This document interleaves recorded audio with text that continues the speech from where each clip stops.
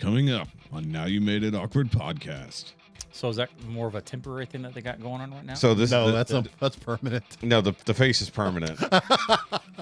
I understood now once I said it. They don't have injections for that, really. I mean, they do. Botox? But, yeah, I could do Botox. Jessica tells me I need to do something about my crow's feet, and I said, leave them alone, woman.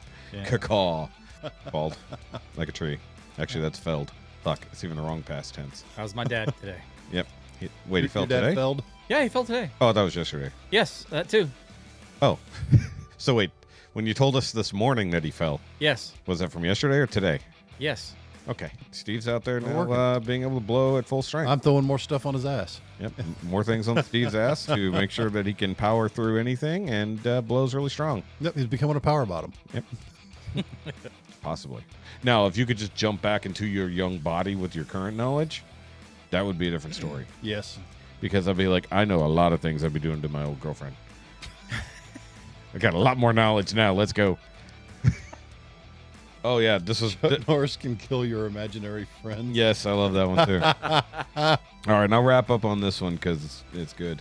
When Chuck Norris enters a room, he doesn't turn the lights on. He turns the dark off. That's it. Yes, perfect. Just like these jokes do, they turn the darkness out of your life and make you laugh at the dumbness that is all the things that aren't true or possibly are true. We can't confirm anymore. He's gone.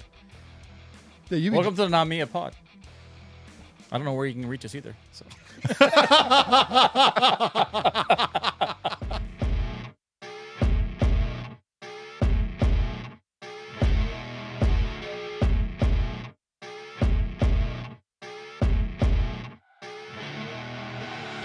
I see her rolling up, Uber black Cadillac, high heel boots, and a sexy body full of tats. That do happen.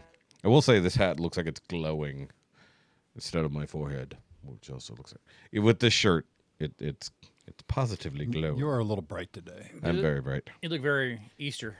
Yeah, I was going for a spring look.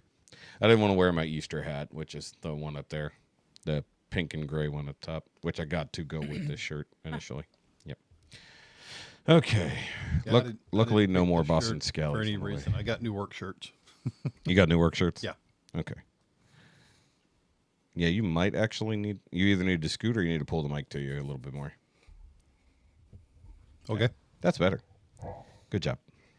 I know it's been a while. We all got to remember how to do the thing. Yeah, loosen the thing, then turn the thing, Chad. Well, No, loosen that thing. There you go. this thing, I know. Yeah, because if you loosen the other thing, This then- is going to Don't flop over. break it. Son of a Don't biscuit eater. break it. yeah. I have that problem sometimes. Mm-hmm. Can you hear me now? Your appendage was floppy, sir. Yes, it was. Right. Fucking A. All right, guys. Welcome back. Feels like forever since I've seen you both. Yep. I wasn't here last week. You weren't here last week, and Chad was here on a day that wasn't during the podcast. Nope. It's almost weird. It's almost weird seeing each other outside the podcast, but, you know, it happens. Uh-huh. You know, that's what being friends is for. So, either way. My tooth still hurts. Actually, I don't know if it's the tooth or the gums. It's hard to tell at this point. Your face in general. Yeah, this side of my face is still not recovered. I swear my ear It's can... generally unpleasant. Yes, I'd agree. Yeah, it is generally unpleasant. Look at it. Look upon it. So is that more of a temporary thing that they got going on right now? So this No, is that's permanent. no, the face is permanent. I understood now once I said it. They don't have injections for that, really. I mean, they do. Botox? But, yeah, I could do Botox. Jessica tells me I need to do something about my crow's feet, and I said, leave them alone, woman. Yeah. Cacaw. I went back with one of our episodes and I took a screenshot of my face. Oh, The no. one that you did with all the wrinkles in my face. I was like, God. I was like, I am. You Freaking- do look like the second oldest person here. He definitely looks like the oldest. At least, He's the youngest. at That least looks now, the oldest. At least now wearing the hat kind of hides a little bit. It does. But I'm like, I need to. Wait, was that when we were still sitting the old way? Because some of the No, old ways it were was- really bad. I Yeah, got it. you were rather. Also, the beard, like, which by the way is grown in very nicely. Thank you. Yes, the beard is helping a bit. Really? Yeah, it really is. Even with the gray, like, I'm at the point where I'm about to start getting some like just for men, like Oh, comb let and it be shit. gray. No, just a little bit. It's like No, it's we will mock you. you're too gray considering you're the youngest one here. That's ridiculous. I earned every that's single one of that's those. not age. That's the forehead wrinkles make it even better. Yeah, but there's nothing you can do about that. That's just you could have that and have all the hair in the world on your head. I'm just like, God, Never man. screenshot yourself unless you're gonna make a meme. Yeah. Please make a meme of that, Chad. Vinyl Daddy, when you said we'll just paint it. The wrinkles say. Get Botox, they said. We'll just wrap it. Yeah. Well, yeah, that's what's gonna happen. It's just wrap Chad's head so there's no more wrinkles in it. Just take the heat gun to it. It'll be No. grow the hair back. No, it doesn't grow the hair back. It burns it off. Is that how it works? I'm not sure. It's happened to my leg. Yes. Yeah. That's how it works. Yeah. Okay, so I got to ask you because I was off doing my own thing. How did you guys do at the Domino's on Saturday? I wasn't playing. I was more watching. Yeah, you were side participating. Yes. Coaching Cade slightly. Or Yeah. No? Well, I was because I couldn't remember exactly how to play. Yeah. So I was relearning a little bit how spinners and what you can play off of and things like that. The basic rules are easy. He has trouble with fives. Yeah. And I was Everybody pretty does. much helping Cade Yeah. once I figured out how to get things going. But Andre cleaned up after that. Well, the joke is like, all right, who all is like everybody's gonna have fun until Andre inevitably wins because that is a joke. Well, he started off He is the slow best. and then he came back to Yeah. yeah.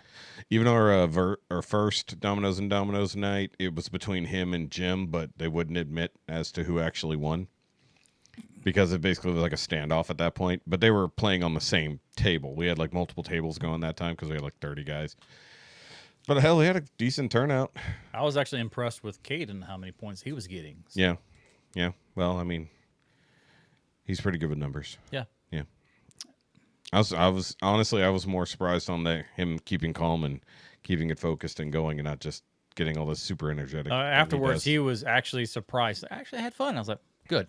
Yeah, Domino's is fun. Yeah. And then we played Shit Happens. Yeah. Which was also fun. Yeah. And there were some disturbing ones in there. Yes, there was. Yeah. And that was the normal set. That wasn't even like the not safe for work set. Although the funny part is, so I know you missed it, but you had Domino's and Domino's night here for the church. And Yeah, I was working. yeah, you were working. Yeah, we were all very When am I not? Well, because other people were like, "Hey, did you not invite Hefe?" And I'm like, "He's at work." And then later it was all like, "Why didn't we invite Hefe?" I'm like, "I thought he was at work."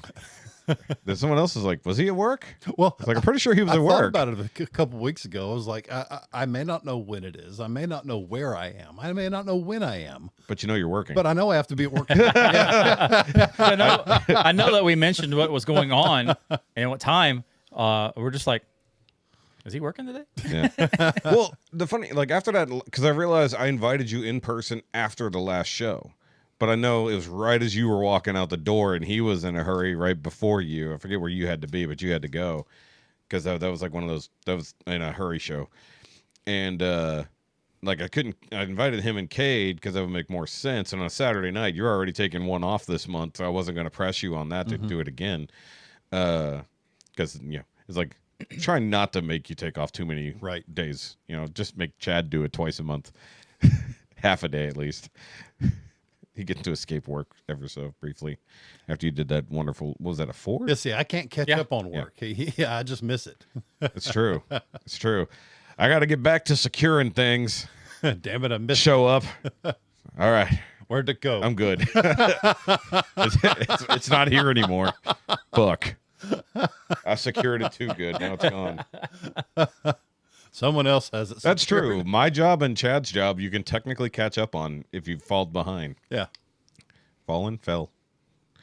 I used a past tense. It doesn't work. If you fall, A past tense. if you fall behind, Bald. falled like a tree. Actually, that's felled. Fuck, it's even the wrong past tense. That was my dad today. Yep. Wait, he fell Your dad today? felled? Yeah, he fell today. Oh, that was yesterday. Yes, that too. Oh, so wait. When you told us this morning that he fell, Yes. was that from yesterday or today? Yes. Okay. So if a Chuck falls in the piney woods, does he learn his lesson? No. And he sits there for about 15 minutes before anybody notices. If a Shoky could push the right buttons, that would also be great. It's been so long. I'm pushing literally every wrong button except for the 3-person button. Hold on, let's try this again. Me, Hefe, Chad. There we go. Looks like a music video from Perfect the 80s, timing, by the just way. Shots everywhere. So where was he when he fell this time? Well, he's taking the trash out, so he rolled it down to the street. Which He's is coming- not a Not a very safest one to do it. If he falls into the road, my God, what would happen there? But he was on the way back, and he started losing his balance, and he started going over towards the grass. And I was like, that's probably a better place for you to fall, and he did.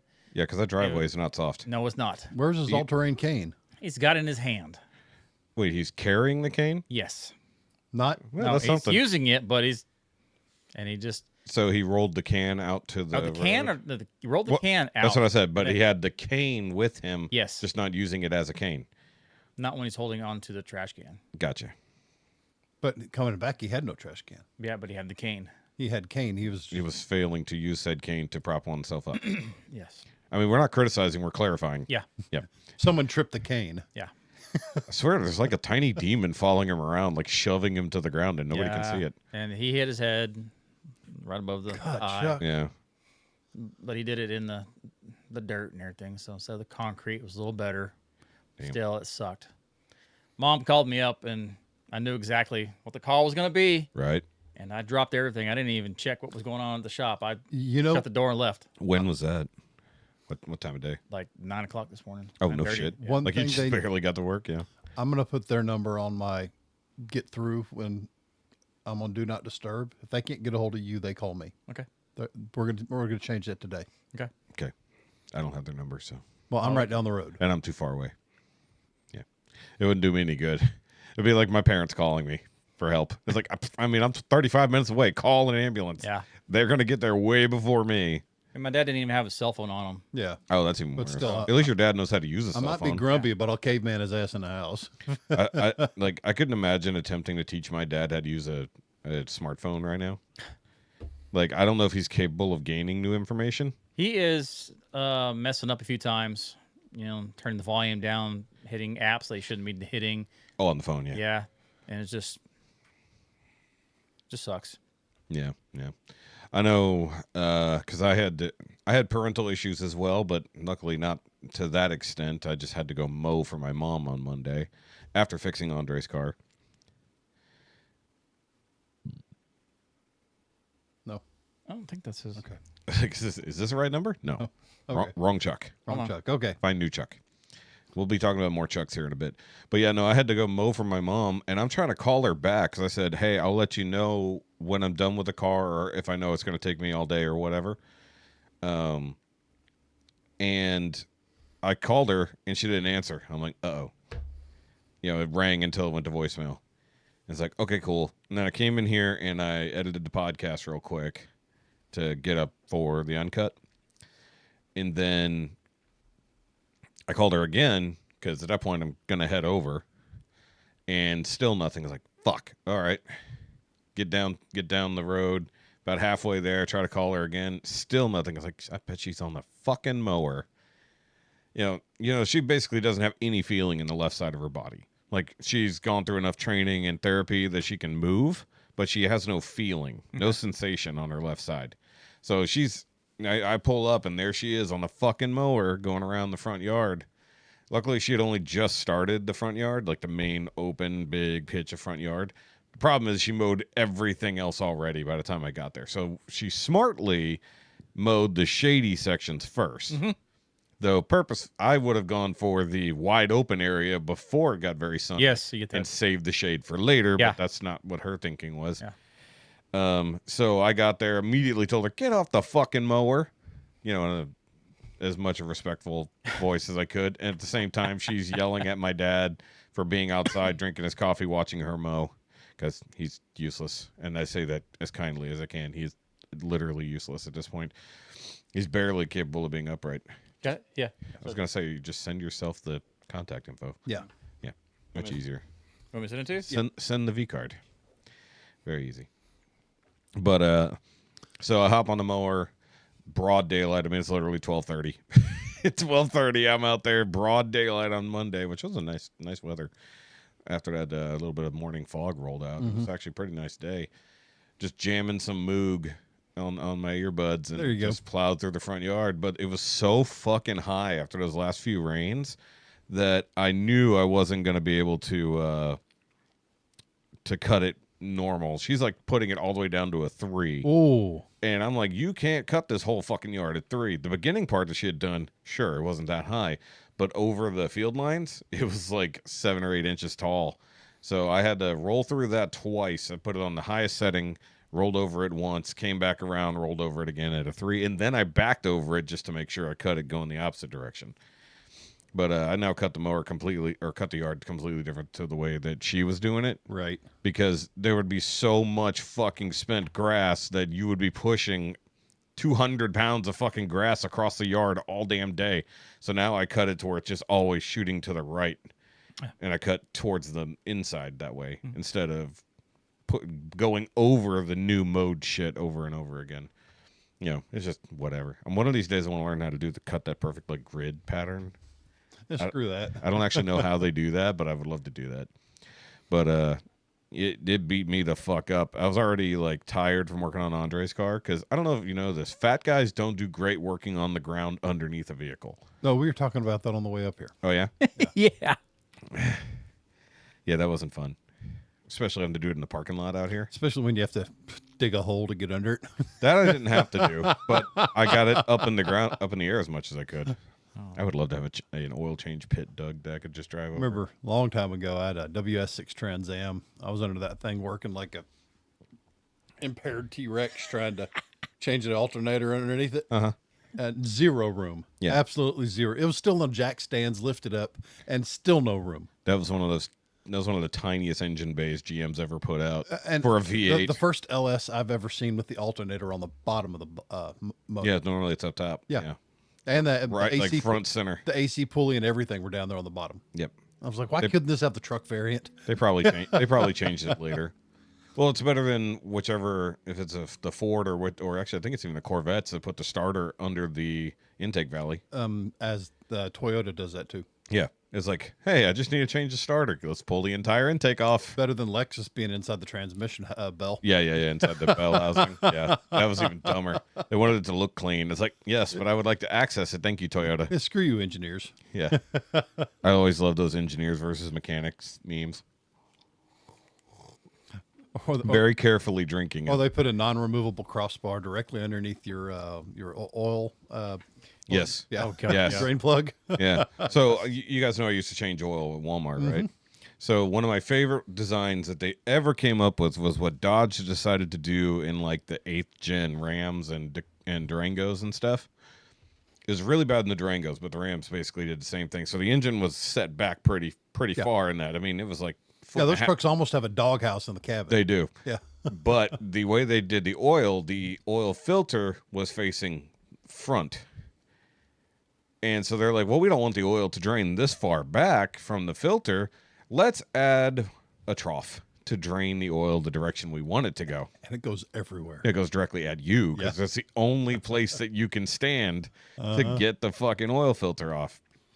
And then to be slightly worse than that was the same or a slightly newer generation of Ram with the Cummins with the giant fucking off oil filter that held like a gallon. The only way to access it effectively was through the wheel well. Mm-hmm.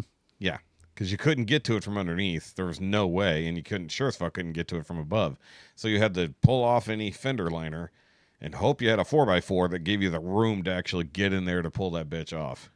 Because we had one guy bring his in at 800 miles and he wanted a fucking oil change. I'm like, dude, why are you bringing it to Walmart for an oil change? For real. You have factory warranty. Take this bitch back to the dealership. Either way. But yeah, no, that was very stupid. Now, I've done a number of the Rams with the trough, and I learned real quick to use the vacuum trick on the gassers because there's just a small enough amount of oil that'll work. Yeah. You get to the diesels when too much oil. Yeah, gallons. Yeah, but with the gassers, that works beautifully because you can pull the plug, get the hell out of the way, turn the vacuum off, and let it drain. Yeah, I've never actually done it myself, but I've seen It is done. so cool to watch it actually fucking work. Yeah. Have you seen that? No. Yeah, you literally put a shop vac hose, like, hey, you have an adapter that goes into your. I use a rag. Yeah, you can do I that. stuff too. a rag around to make a seal. You turn the shop vac on, let it run. It pulls a vacuum on the oil system. Yeah. Through the crank, through the everything. Yeah, you put it through the oil cap, Then you pull the plug. and the oil stays in until you stop the vacuum. Yeah. Nice. Yeah, you can't do that in every application, but it's cool when you can use it. Fords, Chevys, some Dodges. Yeah. The Toyotas, I've done it on. You can't do it on the BMWs. No, they hold too much oil. Lexuses, no. They're sealed up Lexi. too well. Lexi? The Lexis. The Lexicons? Lexi. Yeah. Lexicons. That's a Transformer variant. Hondas, yes, all day long. Oh, yeah. Yeah. We can do almost anything to a Honda. Yeah. Volkswagens? Yeah. Except for change the starter. I got to do that this weekend, I think. I got to play Find the Radiator Leak and then do oil change and transmission fluid change. On. Jetta. Oh. Good luck. Yeah. Might as well buy a new Jetta. By the time we get done with all that, just buy a new Jetta. Why? It's just one radiator leak. Just one. Yeah. Just top leak. Yeah. No, fuck that. Find the fucking problem. Yep. Well, I may or may not end up with Andre's car. We'll see what happens. Really? Yeah, because being as unreliable as it is, and the fact that it still needs a decent amount of work to get it, good enough for our family to be running around in. And I'm just like, I'll take it off your hand for a couple grand, and I'll use it as my runabout while I fix my SRT the way I want to. What's Andre got? It's a 2013 Avenger. He got it from Jeff. Okay. Yeah, he got it from less tall Jeff. Little stick. No, Oh. it's an auto. I drove it to my mom's just to make sure it wasn't broken anymore. It's like, here's a good test. Let me drive it 20 miles. How's it drive? Yeah, it's fine. It's not exciting. It's not exciting. Better- Faster better than than faster than it looks. But way better than a Bronco. But you can put the Avengers A on it. Good. That's Yeah. funny. No, what I wouldn't mind doing if I get it. I'm not saying I will get it. I did make an offer. It Avenger disassemble. yeah. I mean, like, it's gonna need a lot of work. Apparently, this thing just had a fuckload of problems. It was that in between gap before Fiat completely took over for Chrysler, Yeah. so they were still making a lot of fun mistakes on things. So for no reason whatsoever, the headrests have completely separated themselves. So the plastic housing and the sensors and all this are here. The pad is over here. That's fun. There's nothing in between, but for some reason they just went, and you can't push them back together. Like, there's no force that you can apply that can push it back together, and I don't understand how. It looks like an airbag went off, but there's no airbag.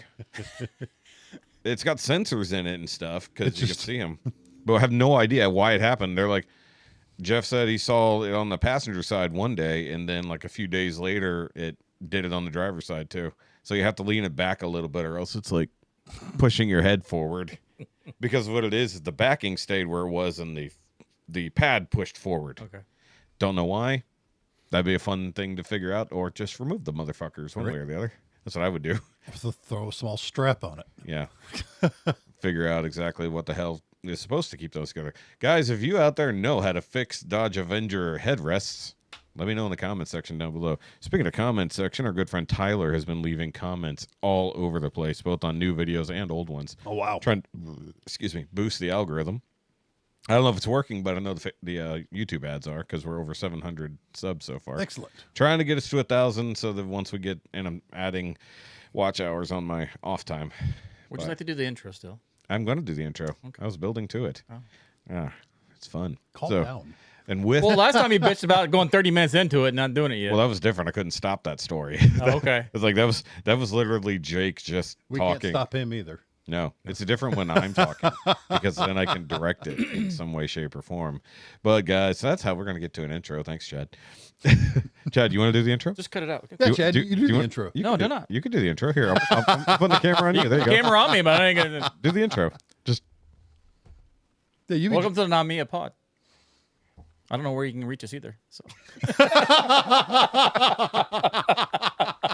that's the new promo.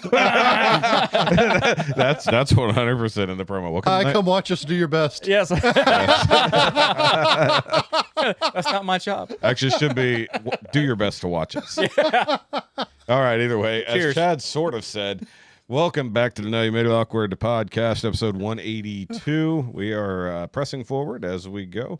I'm still waiting to hear back on the thingies that I ordered, so they should be in production as far as I know, so hopefully those will pop up sometime soon. Also, I have some cool glassware out there from our friends at Mad Llama, so that'll be fun. But guys, I am Shoky. You can follow me on the Shoky-related links down below, whether that's the Shoky Review, Shoky Reviews 2, or the Doesn't Have to Make Sense live stream channel. And, of course, be like all those other people that, YouTube is forcing, and subscribe. Because there's no way people are subscribing on purpose. They've got to be being forced. Like, they see the ad, they're subscribed. I'm going to guess that's... Do it! I'm going to guess it's forced subscription, much like the United States military is about to do to everybody under the age of 42. Either way. And, of course, guys, if you want the full uncut video version of this podcast, you can go check out the Shoky Reviews Patreon, where you could get the uncut version. Like I said, you can see all kinds of stuff that I do behind the scenes, or things that we have coming up. Like I already showed off the thing I'm talking about for episode 200 that has been shown to the patrons, which is awesome.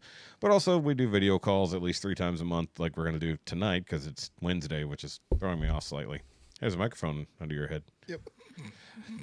Under my head? That's what I said. I'm ready for bed.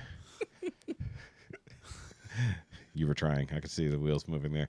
Either way, what was the thing? Oh yeah, buy merch. Yeah, go buy merch. Which we will have. We will have episode 200 merch going live sometime soon enough. We're still in March, about to be in April. We'll be pushing that closer to summertime. But you can get the posters like I have for the Racing the Prairie Dog. I'm not going to pick it up this time. Yes. And I'm getting ours mounted, so. Excellent. Oh, sweet. Excellent. Outstanding. Good. Do we need to sign those first? I didn't know you wanted them signed. We can. We just didn't do it that day, but we can still do it before they're mounted. Okay. Either way. Let me know I send money. I'll get it. It's fine. Okay. Either way.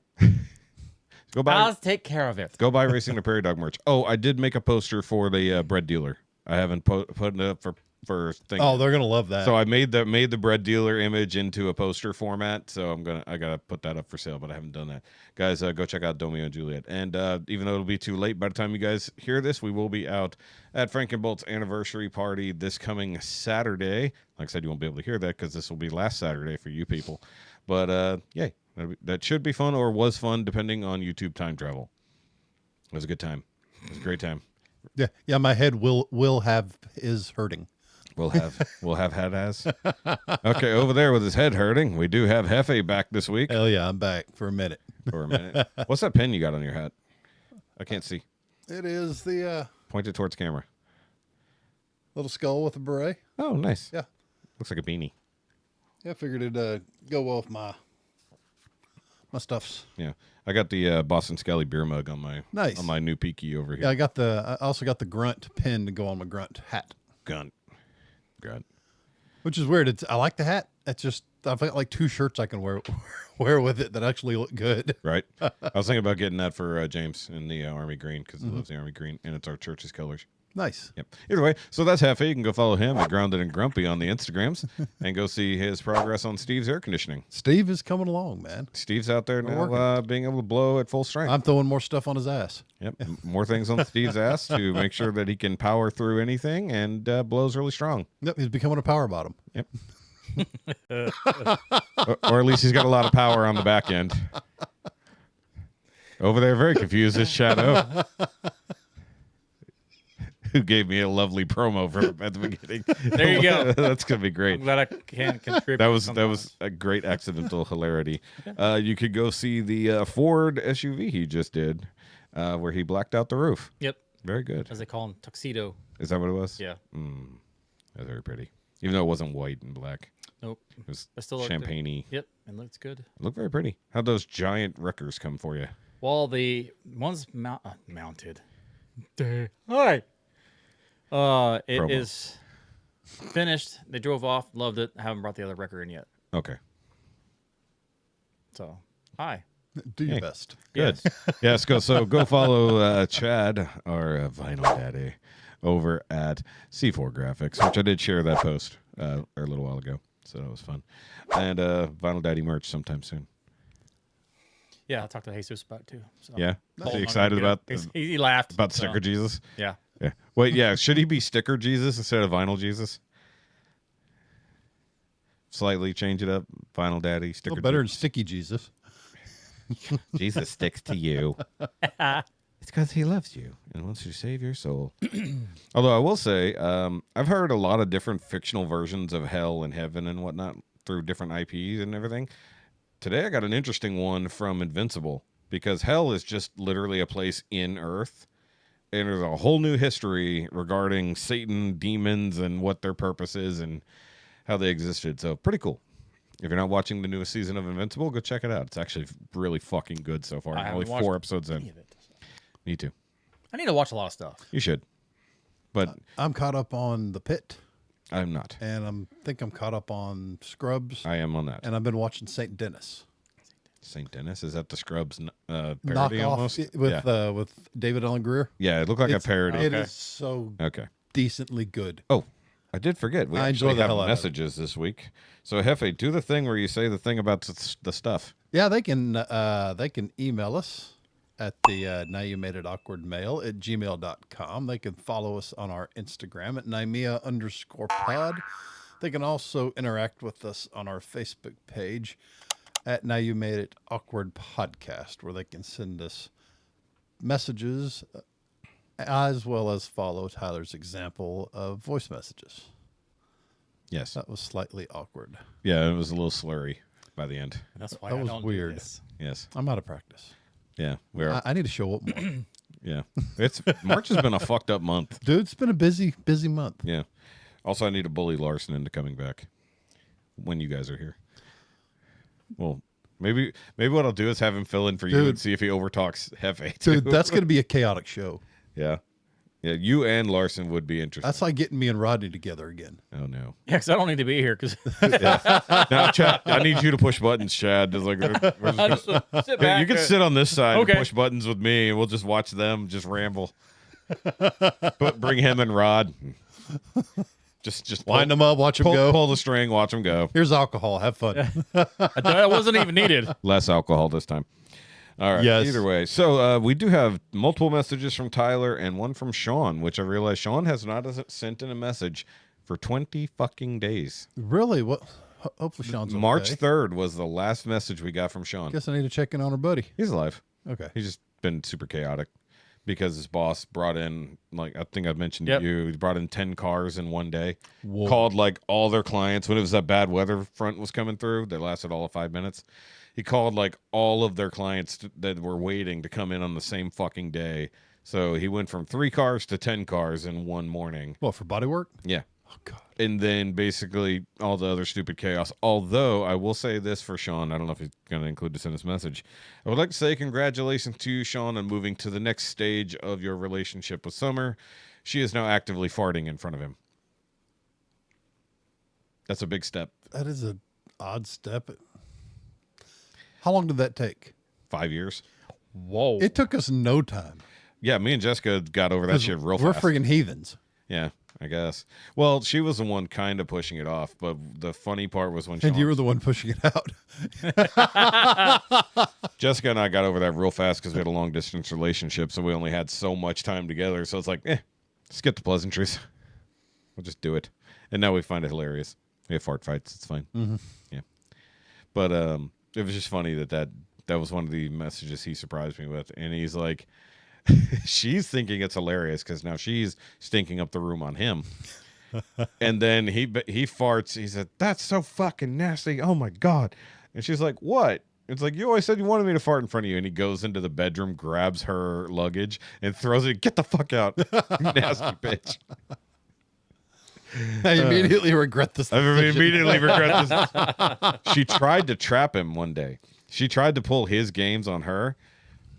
And she literally, like, she's in the bedroom. He's in the living room watching TV. And she calls him in, and he's like, she's being weird. So he sends one of the girls in instead, one of her daughters. "Hey, go see what your mom wants." And so she walks in. She's like, "Oh, God, it stinks in here." Oh, God, wait till she hotboxes him. That's what she was trying to do. Oh. She was trying to hotbox him. No, I'm talking like turtle. Yeah. Or are you talking about Dutch ovening? Yeah, same thing. Yeah. I'll different thing. Jessica has never successfully Dutch ovened me, although she has attempted to do so. I'm just too good. She tried to get me one time. Like, she thought she had me. She thought Too good, or the covers aren't big enough. Yeah. No, like literally, like I knew she was kind of gassy, and I could tell she was going to try to sneak something because she was faking being asleep. Mm-hmm. And I see her like, it was dark, so I feel her grab the sheets, and I just stuck my arm up. And so she just goes, huh, and then realizes my arm is literally holding the sheet away from me. I'm like, you can't get me. 10 fucking years. You still can't get me. I've got her a couple times. Yeah. Yeah, because she tried to trap me instead. I had to punish her. Either way, let's see what Sean had to say. I just wait for my dogs to get Amy. That's fair. That's fair. Or they get me in my CPAP. Your dogs. Oh, God. Yeah. Jessica's got God, me. they are evil. Jessica's got me through the CPAP. Lola. Yeah. Big, sweet Lola. Lola has definitely got into the CPAP. And I will come out of that just bed like ass a fucking first demon. into the filter. Kate and I heard Cable the other night. Heard it? Yes. Wow. We're sitting. Of course, Cable's right in front of the TV. I'm in my chair. Kate's in his spot. Yeah. And we're sitting there. It's quiet enough, so I'm scrolling through to figure out what to watch. Yeah. I hear, and I'm like, I look over at Kate. I'm like, was that you? He's like, no, that was Cable. I'm like, oh my, it was bad. That sounded bad. And it echoes in your living room. Yes. Yes. The high ceilings. Usually dogs have those nice Tight. silent but deadly ones. No, Yes. this was Oh, loud. the silent but deadlies are so bad because they don't even make an effort. You just don't even know what happened. They just drop them. Just like, They got like massive. if you see a dog like clinching, you're like, oh God, what's about to happen?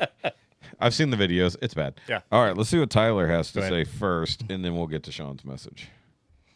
So today I was just randomly thinking, and for whatever reason, it came to my mind those posts you always see on Facebook where it's like, oh, which one of these pills would you take? And one is like, erase all your mistakes or go back and fix all your mistakes or get $10 million today.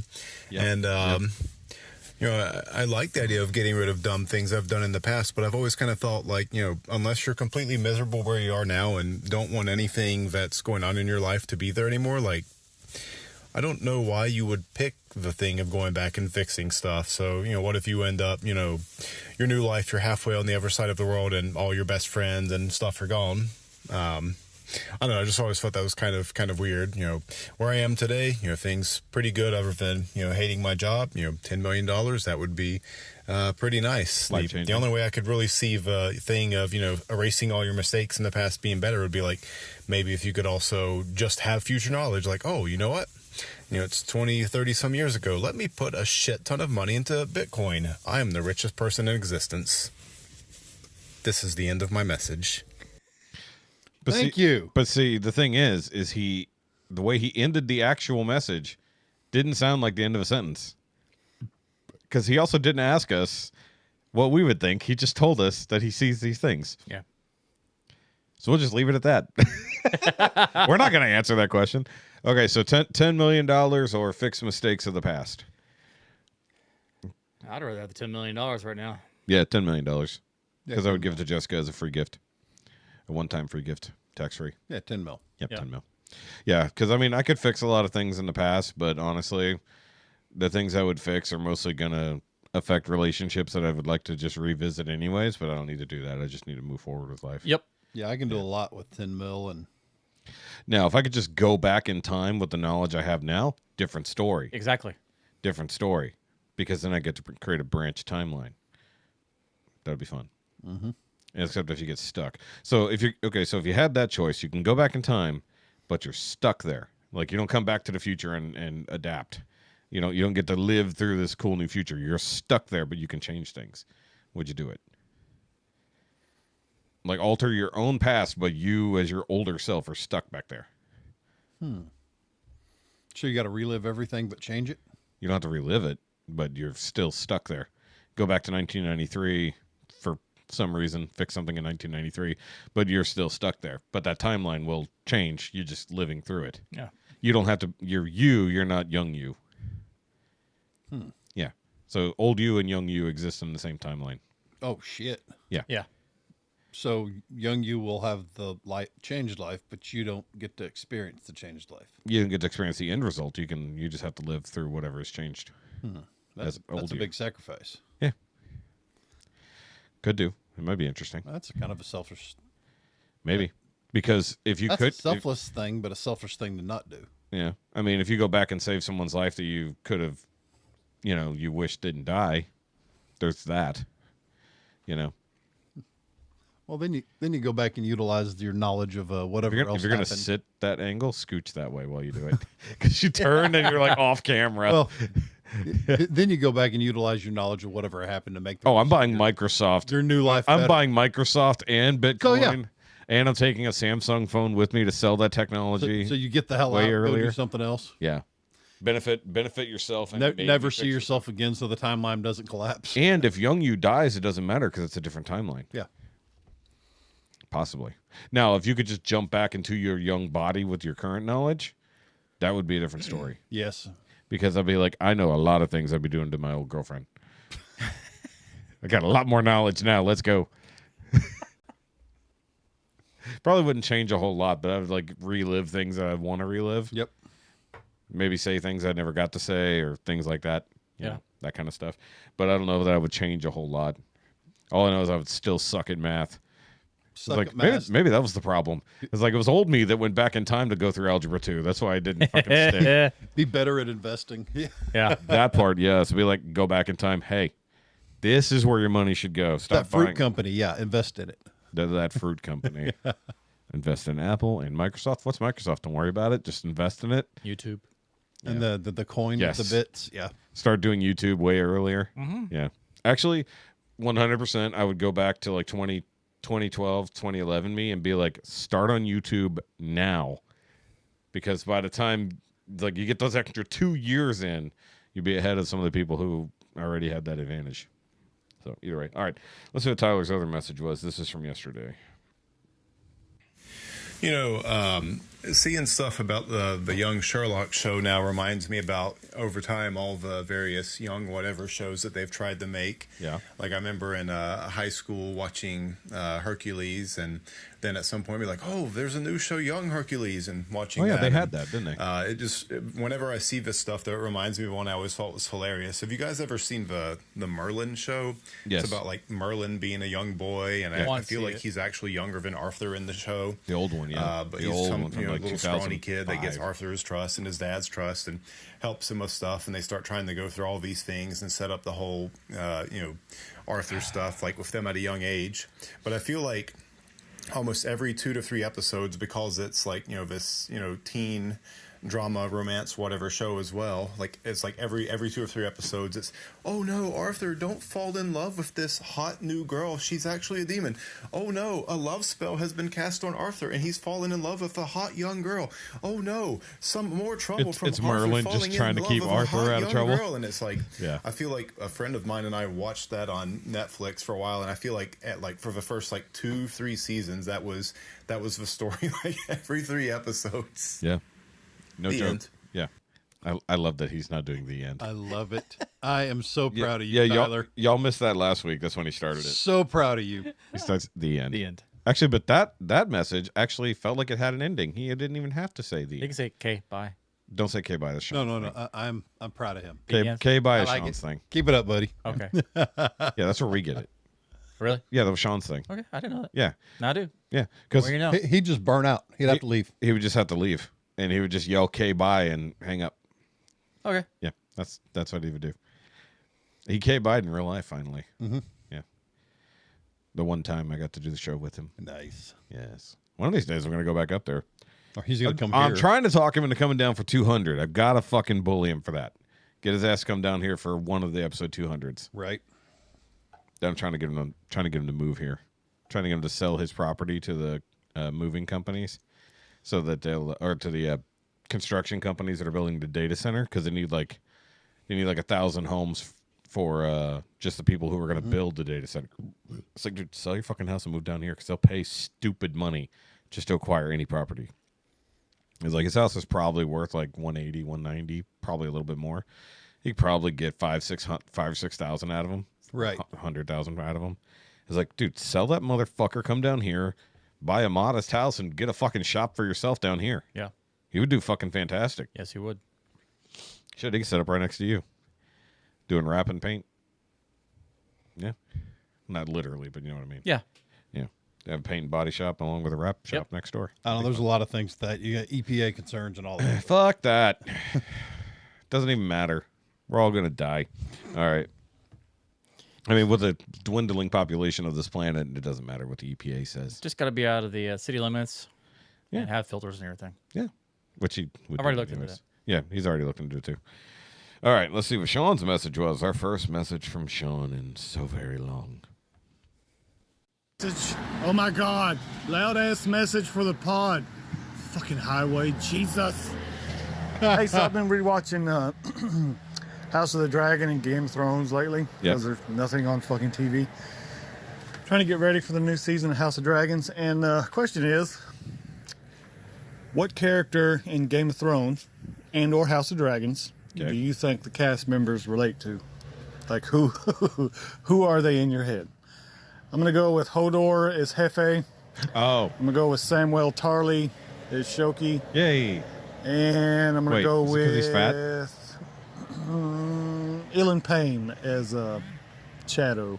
Ilan Payne? Really? I don't know. I'd probably be someone fucked up, though. I'd probably be like Brienne of Tarth for some goddamn reason. But I feel like I relate to Torm as Giant's Bane, the closest, kind of, sort of. But anyways, just a question. Sorry I haven't left questions in like forever. I'm sorry. I suck. I know. I know. I agree with your Hodor. Yeah, fuck you. That's a given. That's a given. Fuck you both. Hodor. Hefe. Hefe. And then sometimes he's just like, Jeff. What? He's being proper today. Jeff. Hodor. What? Hefe. Okay. I don't think Chad would be Ilan Payne. That doesn't make sense. I'm even trying to look that up. Sir Ilan Payne. He was one of the Kingsguard, I think. He was kind of one of the assholes, which I don't know why he would give you that. Thanks. Yeah, I don't know why he would give you that one. Okay, he's not the guy I was thinking of. I think he would be like one of the Night's Watch. Yeah, I think you'd be one of. So this is which one? Is it on Game of Thrones or which? Yeah, one? Game of Thrones. Yeah. Well, that's what I was looking up. Trying to figure out who it is, but Yeah, Sir Ilan Payne. I can't think of the guy's name. He was the one that John left in charge of the Night's Watch whenever he went south. Forgot his name. I think that would be you, is Chad. it because I'm bald? No, that guy wasn't bald. That dude? Oh, Ilan Payne. He was the executioner guy. I don't know why he said that. I don't even know if that's the character he was referencing. No. But I think you'd be a Night's Watch guy. That's what I think. I see him in black furs. Not you, though. Not me. Not until you... Well, I mean, you're still a northerner. Hodor. Yeah, it's this Jeff new Dor. Grim Royal Executioner. Yeah, hold on. Wait. Let me go to Hefe. Give us a clean Hodor. Do it. Hefe. No, recreate the meme. Hefe. We'll put the background up and everything. I love the Hodor meme. Just Hodor. Quote. Hodor. It's like the don't meme from last week. Oh, yeah, you guys haven't seen the don't meme. This is what I'm going to start sending to you whenever you start throwing out silly ideas in our chat. I'm just going to send you the don't meme. Just don't. Don't. Yep. That was last week. I haven't gotten into the edit yet, but Jake told a story about how he got ridiculously ill from eating a floor shrimp. Don't eat floor shrimp. Don't eat floor shrimp. Yeah, that's literally the story. So the thumbnail will be a singular shrimp sitting on a floor with a sign above it that says "Don't." Yeah. Yeah, don't. Just floor shrimp. And he's like, and I looked at him and I'm like, what are you, fucking 4? Like, why are you eating floor shrimp? It's like, you don't eat wet things off the floor. Dry things maybe, but not wet things. All right, so I had to look up who the hell they were referencing to because I haven't watched Game of Thrones. Yeah. So, really, What, Hodor? yes. Yeah. Yeah, he's Hodor. I'm not a fan. 100%. Yeah, fair. I can understand why The you're. one with PTSD and a TBI. Yeah. But he only had a TBI because somebody infected his brain in the past. Yeah. While he was dying. Hold the door. Hold the door. It was actually pre-TSD. Because he was seeing the future. What's fucked up is he had a real name. They just started calling him Hodor. Because he kept trying to say hold the door. Yeah. Over and over. I'm saying he had a real name before that happened to him, and then just called him Hodor after that. Like, yeah, it was dickheads. like Philip or something. Yeah, he had like a proper name. It was bullshit. Yeah. I mean, unless you want to be a Targaryen for some reason. But then you have to fuck your sister cousin. No, thank Or a Lannister. You could be Littlefinger. You kind of have a beard similar to Littlefinger. But then you have to betray everybody. I don't want you to do that. And he had a really nice head of hair. Yeah, that doesn't work. Doesn't really work for Nope. you. I'm sorry. Night's Watch guy. There you go. I'll just give you Night's Watch. One of the other nights. Why do I got to be Sam? I guess because I know a lot of useless information. And I try to tell the other idiots what to do. And you're fat. That too. That guy's a good actor, though. Yeah, the only reason why I might be the executioner or whatever it is because he's mute and doesn't talk, doesn't do anything. So that's kind of me on the show. Yeah, his tongue cut off. Yeah, so actually that might be relevant. And bald. And bald. But you had to cut off Ned Stark's head. Ew. Who cut off that dude's dick? Which guy? Huh? The crab dude. Yeah. That was fuck. Curly red. Ramsay Bolton. Yeah. Yeah. You don't want to be That dude had the fucking. Well, technically you're the guy with the dogs. You could be Ramsay too, but he didn't have a beard. I am the evil motherfucker with the dogs. You're more like the lovable moron. Yeah. What? You protect the crippled children? In my mind, please tell me when if some kid comes up in a wheelchair at the fucking Legion, get a picture next to him and don't tell him why. Hey, can I pick you up? Take a picture. Tammy, take a picture. I assume there's a Tammy. It's a fucking... It's a Legion. There's got to be a Tammy. There's a chance. I was... There's a chance? No, I'm asking about Tammys. Well, my dad gave me a call today. He was approached by someone... named Tammy? Out his way. They're going to be opening a new school, and they asked if we wanted to spearhead the resource officer department. Interesting. And wanted to know if I wanted to be in charge of running that. You got too many other jobs. Well, I'd be managing, not staffing. Hi. I'd be... You okay, Chad? I'd be fielding agents instead of being there on site myself. But still. Speaking of fielding agents. Children. Yes. Speaking of fielding agents real quick. I'm going to kind of do an adapted version of Meme of the Week because last week we got the unfortunate news, like literally I think right after the show ended, we got the news that Chuck Norris had passed away at the ripe old age of, I believe, 86? 86. And, well, Chuck Norris is one of the original memes of the internet. Like, whether it's Walker, Texas Ranger, or just the what can't Chuck Norris do type jokes. I think that is literally like all of like 2002, 2003, 2000. What do you mean? Every single porta-john during every single combat zone and every single field of battle is covered in Chuck Norris jokes on the inside. Infinite Chuck Norris jokes. Infinitum. Yes. But in this case, I have a website that had said, these are the only Chuck Norris jokes Chuck Norris has allowed to exist. So this is like the quote-unquote top 70. We're not going to go over all of them, obviously. But I will share the link down below. But some of these I absolutely recognize. So these are almost, I think, chronological. Mm-hmm. So let's see. Can I pull this up on the screen? Let me see if I can. Sort of. That's a damn good movie, by the way. Which one is that? The Lone Wolf McQuade. Got it. Yep. I was thinking his cameo in the second Expendables as the Lone Wolf. Yep. Oh, is that what it was? Yeah. Yeah. Hold on. Because he just shows up for like 5 minutes and is gone. Blows up everything. Yes. They're in that Soviet American town, the training town. Like, I didn't do this. What happened? Then he just walks out. just mowing down everybody. Yeah.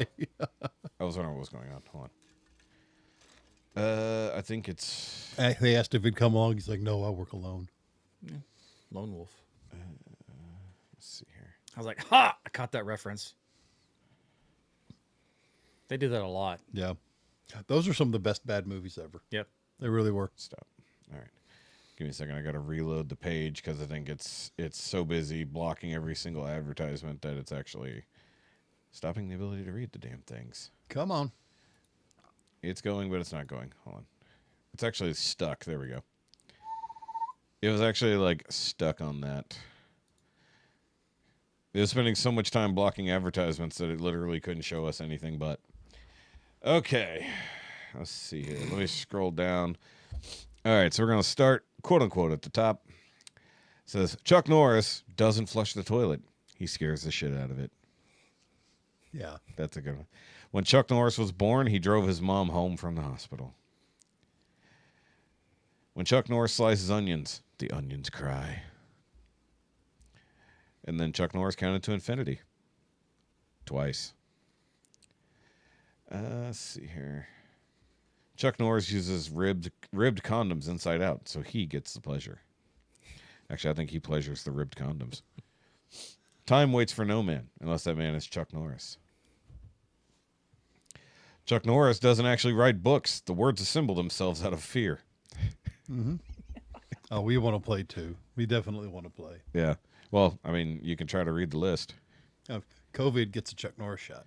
Yes, that's a fair point. I agree. Chuck Norris, yeah. Hold on. Let me actually send it to you guys so you can also scroll through if you don't have your own. What do you mean? We've got a ton of them. If you do. In board. You got the on-board ones. Yeah. Oh, no, I was actually in the correct chat. All right, well, I'm sending it to you anyway, so there you go. All right, Chuck Norris can divide by 0. Obviously. Let's see here. Oh, and this one's the sad part. Death once had a near Chuck Norris experience. Mm-hmm. Yep, and that was last week. Okay. When did these start?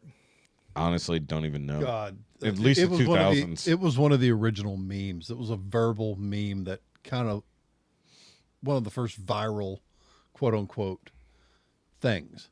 Yeah, indeed. And it was just random bullshittery word of mouth. Yeah, there was one that I read that was one of my favorites. It was Chuck Norris once shot down an airplane during World War II. Not with a gun. He just pointed at it and said bang. Yeah. Yeah, that was one of my favorites. I literally remember that. So there was a website even way back then that was going over these. I remember hearing about it on the Rod Ryan show when it was early days. Old schools. Chuck Norris doesn't do a push-up. He pushes the earth down. Yep. Yep. That was one of the first ones. Yep. I remember hearing. When God said, "Let there be light," Chuck Norris said, "Say please." Chuck Norris can kill 2 stones with 1 bird. Yes. That's impressive. Yeah, the one about a cobra once bit Chuck Norris's leg. After 5 days, excruciating pain, the cobra died. Cobra died, yes. That was one that's not I love that one, yes. around a lot. Chuck Norris destroyed the periodic table because Chuck Norris only recognizes the element of surprise. It's so dumb. Some of them are really dumb. Some of them are like... The dumb ones are the ones I like the best. Of course. See, you're going off the list. I actually tried to look to see what the very first one was. Yeah. And then it just came with a few the ones. The earliest that I could recall. So Chuck Norris does not do push-ups. He pushes the earth down. I think that is basically like the first one that most people recall. There was the one that even Chuck Norris himself did reference while overseas, I think in either Afghanistan or Iraq, for a USO show, and he was asked if there was a fist behind his beard. Yes. Yes, so he legit introduced the joke. He doesn't have a chin. Yeah, there is no chin behind Chuck Norris's beard. There's only another fist, except for when he didn't have the beard yet. That's a weird part. He can slam a revolving door. Yes. That's a good one. There's the push-up. Yep. Oh, yeah. And some of these also like remind me of the Morgan Freeman thing from Z Frank, where he just says random facts about Morgan Freeman. It kind of applies to this. Chuck Norris doesn't wear a watch. He simply decides what time it is. He built the hospital he was born in and then drove his mom home from the hospital. That's it. Yep. Just layers. He doesn't sleep. He waits. That's like Hefe. Hefe doesn't sleep. He waits. Felt like that this morning. My alarm went off, and I literally leapt out of bed, going, "What the fuck am I doing?" It's 12:32. Are you awake now? Chuck Norris has been to Mars. That's why there are no signs of life there. Yes. And the funny part was the internet didn't skip a beat when he died. Everybody immediately jumped on it. And then I love the millennials and the Gen Zers who are like, how do you guys come up with all this shit? And we're like, we remember this shit. This is not new information. We were there when that magic was written. We were here when the dark magic was written. This is the core of who we are. And it's not out of fun. It's out of nothing but pure love and respect. Yeah. So instead of so you said the COVID one. Here's the original flu version. The flu gets a Chuck Norris shot. Yep. The Dead Sea was alive before Chuck Norris swam there. Chuck Norris lost his virginity before his dad did. Yep. Chuck Norris starred in Star Wars. He was the Force. Nice. Oops. Let's see here. Chuck Norris can speak in Braille. Oh, so he could also deal with the MLB shirts. Some of these are dumb. Like he has a mug of nails instead of coffee. This is an old one. It made me laugh. It's so unrealistic. It's not even funny. It made me laugh hard back in the day. Chuck Norris is the reason Waldo is hiding. Yes. And Carmen Sandiego. There was one I saw. It was so you guys remember when Chuck Norris fought Bruce Lee? Mm-hmm. Yeah. So in the movie, Bruce Lee won, right? But in reality, when they fought, Chuck Norris actually kicked him so hard it split him in half. The resulting halves became Jet Li and Jackie Chan. Yeah. He's the one who killed Bruce Lee after the movie. MC Hammer learned the hard way that Chuck Norris can touch this. That's fucking good. Chuck Norris can strangle you with a cordless phone. Which, I mean, anybody with Brazilian Jiu-Jitsu could probably manage that, honestly. Could you imagine, like, and then they pull out the antenna just for an extra insult? The old school. Mm-hmm. If you kill somebody with an iPhone. Chuck Norris narrates Morgan Freeman's life. No, you can't take that from Morgan Freeman. I'm sorry, that's wrong. You can't take that from Morgan Freeman. Morgan Freeman narrates your life. Chuck Norris can hear sign language. Chuck Norris tells Simon what to do. Oh, there's his dad. Yep. His dad losing his virginity. This one's so stupid, it's funny. Chuck Norris once ordered a steak in a restaurant. The steak did what it was told. Good wordplay. Good wordplay on that one. Oh, there's a Speak Braille. You mentioned that. They did that in Family Guy, where Peter learned Braille, and he's like 2 dots, 1 dot over a blank, 2 dots next to it, and then the other guy's like, like he spelled like half a word, and it laughed. Chuck Norris's cowboy boots are made from real cowboys. Yep. Oh, another one sad. Chuck Norris doesn't cheat death; he wins fair and square. Yes. Yep. He sleeps with a pillow under his gun. What does he need a gun for? Keep his hands in line? What? I mean, because they're comfortable. The gun is more. Oh yeah. So there's the MC Hammer. He refers to himself in the fourth person. The first person. Let's see here. It takes 20 minutes for him to watch 60 Minutes. I forgot that one. That's another classic. Oop, I just zoomed in with one thumb. How do you even do that? Bigfoot claims he once saw Chuck Norris. Chuck Norris can sit in the corner of a round room. Technically, a round room has infinite corners. Mm-hmm. So if you can sit in all of them at once if you try hard enough. He can make a slinky go upstairs. Chuck Norris can make a snowman out of fire. Okay. Yeah, that's a thing. Chuck Norris invented airplanes because he was tired of being the only person who could fly. Jesus could fly. He Chuck just chose Norris not had to stop washing his clothes in the ocean. Too many tsunamis. Yeah, yep. All right. You're like, all right, we're done. That's enough. I'm just seeing. There's some good ones. Some I've never heard before. Yeah. Yeah, some of these are good. Yeah. Oh yeah, this was. Chuck Norris can kill your imaginary friends. Yes, I love that one too. All right, and I'll wrap up on this one because it's good. When Chuck Norris enters a room, he doesn't turn the lights on. He turns the dark off. That's it. Yes, perfect. Just like these jokes do, they turn the darkness out of your life and make you laugh at the dumbness that is all the things that aren't true or possibly are true. We can't confirm anymore. He's gone. He's not dead, though. He just took over for Death. Yeah. Yeah. Death retired is what happened. Yeah. It's Well, like... he'll live on. We're going to be telling Chuck Norris jokes till we're gone. Yeah, but then people go, who was Chuck Norris? And then Chuck comes out, me. Well, let me tell you. It's like, and then they die and then get introduced to Chuck Norris. Do you think Again. Do you think Chuck Norris will come back and claim Willie Nelson? Right? The two actual gingers with souls. Yeah, I think the other joke was that it's like Chuck Norris is the only ginger that has a soul because his is big enough for all of them. Sorry about all you soulless people out there now. Chuck Norris is gone. Taking it with him. They're all soulless now.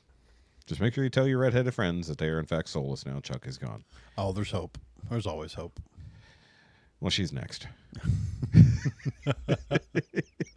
Leave hope out of this.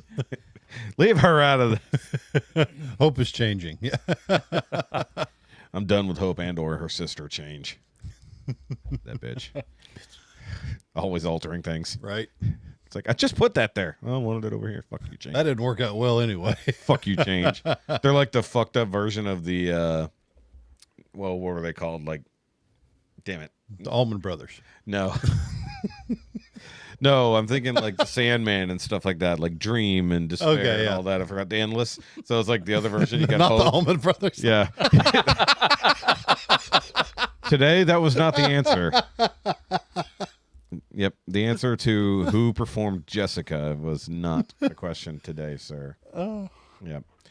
All right. So that was it for this quote unquote meme of the century, because realistically, that's what it was. It's like all the Chuck Norris memes in and of themselves. At least of the past 80 years. Yeah. The weird part is I saw some of the oldest, like the newest pictures of him, and I'm like, doesn't even look like Chuck Norris anymore. No. It was like his face, like not saggy or whatever, but it's like he grew out a big bushy white beard. And Well, he's 80. I know, but my dad's like 93 and he still sort of looks like him. Looks like a saggier version of You've himself. seen him your whole life. That's true, Yeah. but I've also seen Chuck Norris all his life, and my life, and in that life to come. Yeah. Yeah. Well, no Chuck. Yeah, you're going to see him in your dreams, aren't you? All right. That would be weird. Maybe tonight. Depends on how much cheese I eat. Cheese gives me You're weird. going to have those Chuck Norris dreams. Gonna have one of those Chuck Norris dreams again. No, Chuck, leave Freddy Krueger alone. That was in there. That was in the jokes too. Yep. Chuck Norris haunts Freddy's dreams. Yep. Fucking A. All right. Well, with that out of the way, I did want to go back to talking about Invincible just real quick. Yeah, I've never seen it. Yeah, no, it's a good show. It's a good show. Because obviously the comic I've seen book- it has some mustachioed hero that Sure. is in yellow and blue. No, the yellow and blue is yeah. Invincible. Okay. The one with the mustache is his dad, Omni-Man. Omni-Man, Whatever. who is played by J.K. Simmons, which is why they really wanted to go with him because of the mustache. Yeah, epic mustache man. Either way, season 4 has been really fucking good so far, and they're starting to really roll with like the bigger stories that have happened because Invincible was a very, very long comic book run. Very, very dense storytelling. So, like, from what I've seen now, the 3 seasons prior to this were, like, pretty decent events, but, like, the biggest stuff is what's starting right now. And then we'll continue. I think they're going, like, 8 seasons, because that's basically as much as they can condense. Like, 8 episodes per season, except for, I think, last season was a little bit short. I could be wrong, but... The animation quality, well, like I think on the second episode dipped a little bit, and you could tell where they're skimping a little. There was so much fighting in episode 4 this week. I was like, okay, so they can't skimp on the animation budget this episode. And then I was immediately corrected by having 2 characters fly right next to each other while barely moving. They're like just sort of, just slowly increasing the size of the PNG file, but it's been really, really good.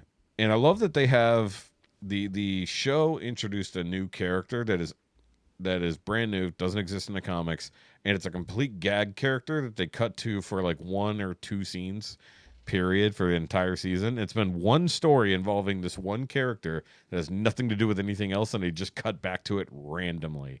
And it's so funny. It's like a ghost of this ancient mummy spirit that somebody uncovered at like the end of season 1, or randomly in season 1. Like they found a tomb and accidentally unleashed this thing.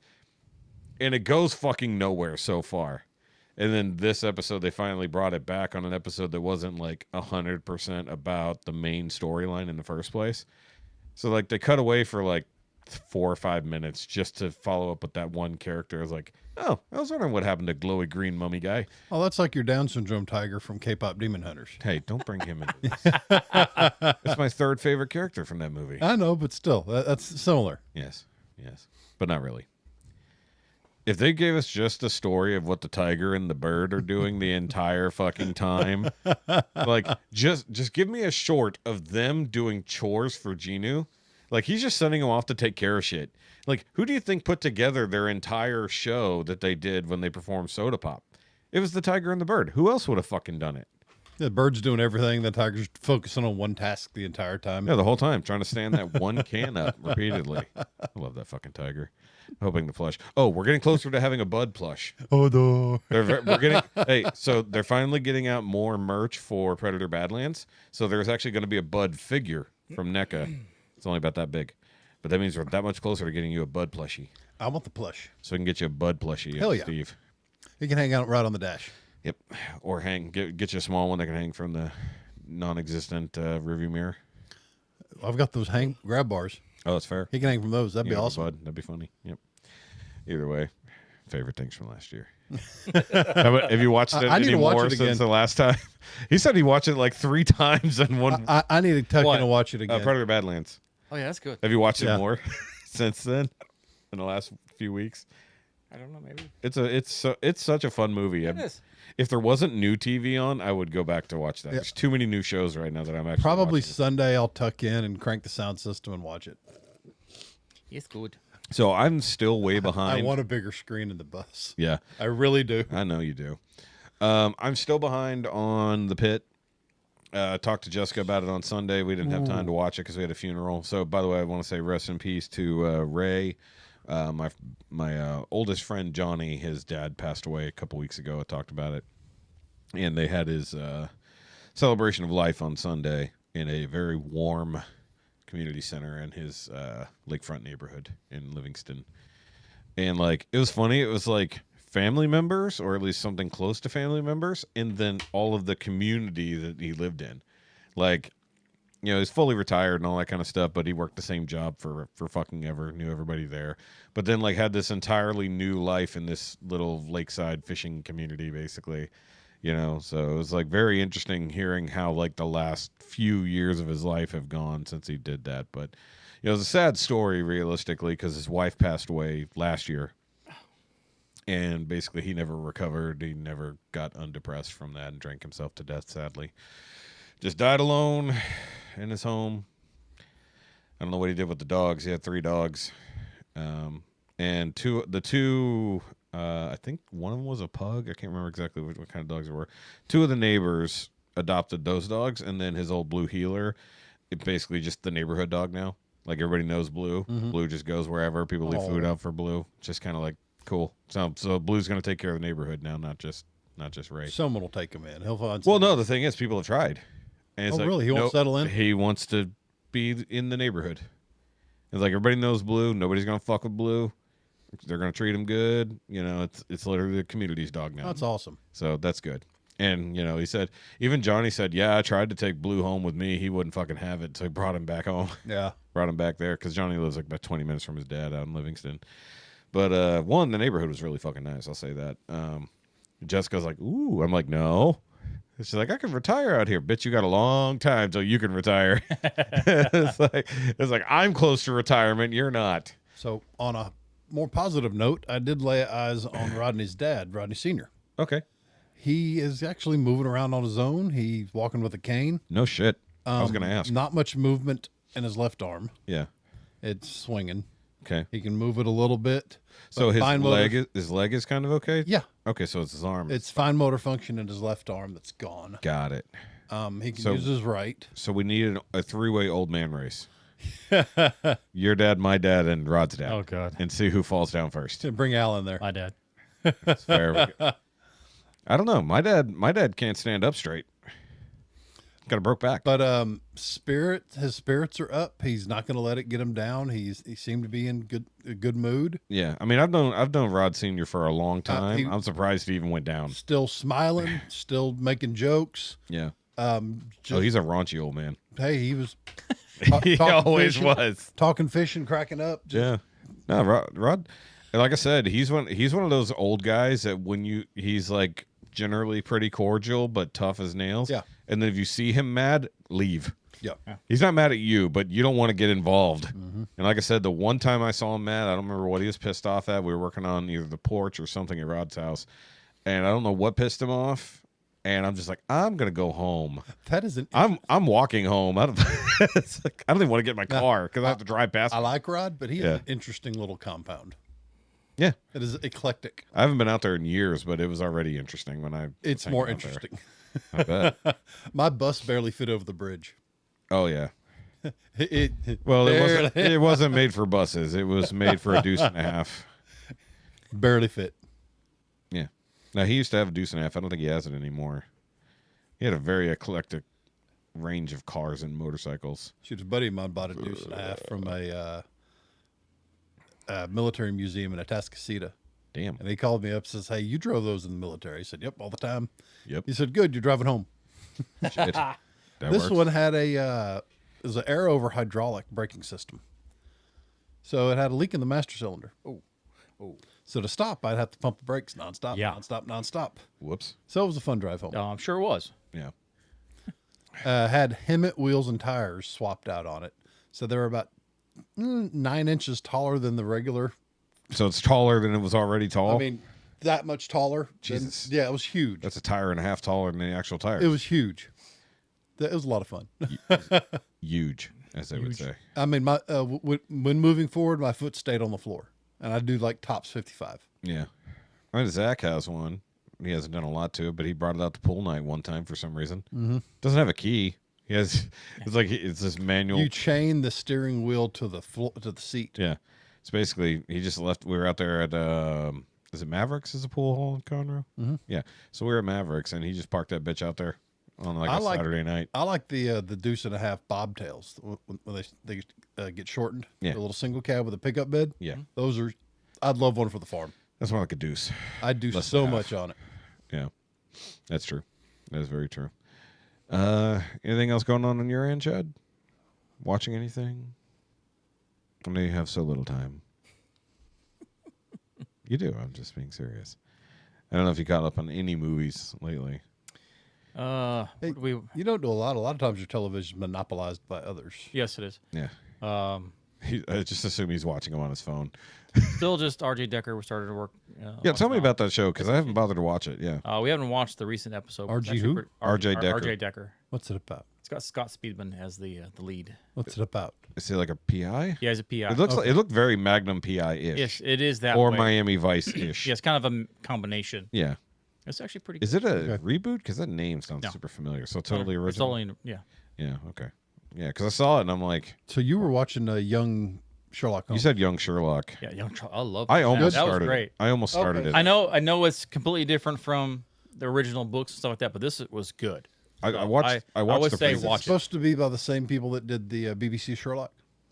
Okay. No, No, it's what's his face? That did the Guy Ritchie. movies. Yeah, Guy Ritchie. Okay. It's Whoa, unrelated. Guy Ritchie? yeah, It's his unrelated show. to- That's why I It's watched. unrelated to both, but yeah. But still, is it the same feel? Yes. Okay, nice. And it's set in the 1800s, All right. not modern day. I watched the teasers on app. It's on Apple, right? Or is it on Amazon? I think it's Amazon. Amazon. Okay. I think. Well, because I've been back on Apple lately watching. I think they Moana. have. They may have it there, but I can't remember. Yeah. Yeah, but it does that whole talking about how he does things, how he hits, and things like that. So They do like an outside the body type thing. Occam's razor, Yes. deductive reasoning. Yes. So it does that. Starts it off. It's like, ooh, how's this working? Nice. So But R.J. Decker, basically just an enjoyable show. Nothing it's crazy. enjoyable. Yeah, the first episode's a little slow. Yeah. We noticed that, but after that, it kind of picks up and it goes.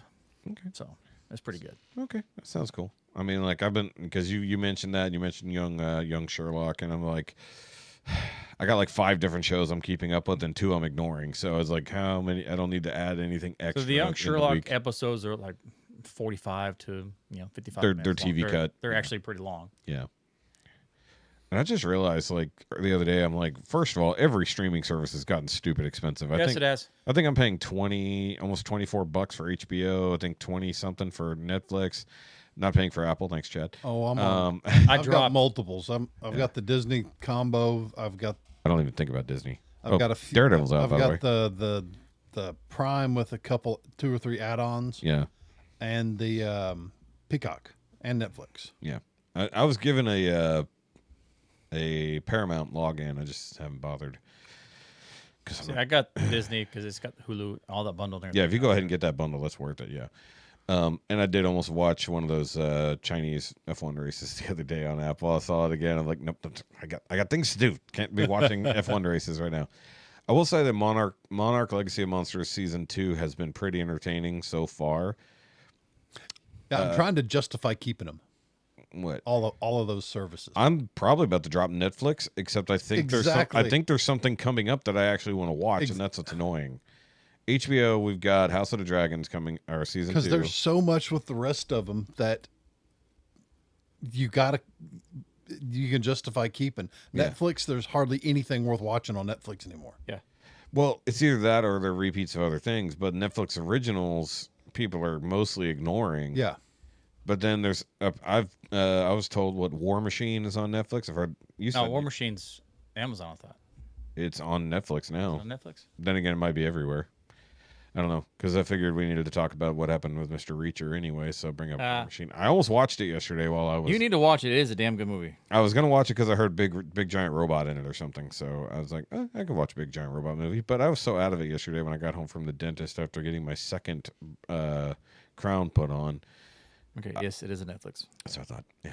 Jamie told me I needed to watch it because I'm taking recommendations from Jamie apparently now. So I was gonna watch it, but I was too fucked up yesterday when I got back. But either way, let's talk about what happened to Mr. Reacher Man this past weekend. Let's see, I got the video, or had it up. Do I still have it up? Yes. So I'm gonna play this. We're not gonna watch it on the screen, but you guys will see it over there. So this is a dramatic reenactment, as it were. New movie trailer. In a quiet neighborhood, one man saw a motorcycle and still chose chaos. Look at the fucking motorcycle pricks. One terrible decision. What should have been an apology became a neighborhood event. What are you gonna do?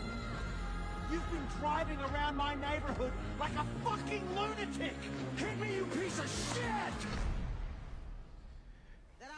Gladly. This summer, don't be a little bit. I did like that neighbor.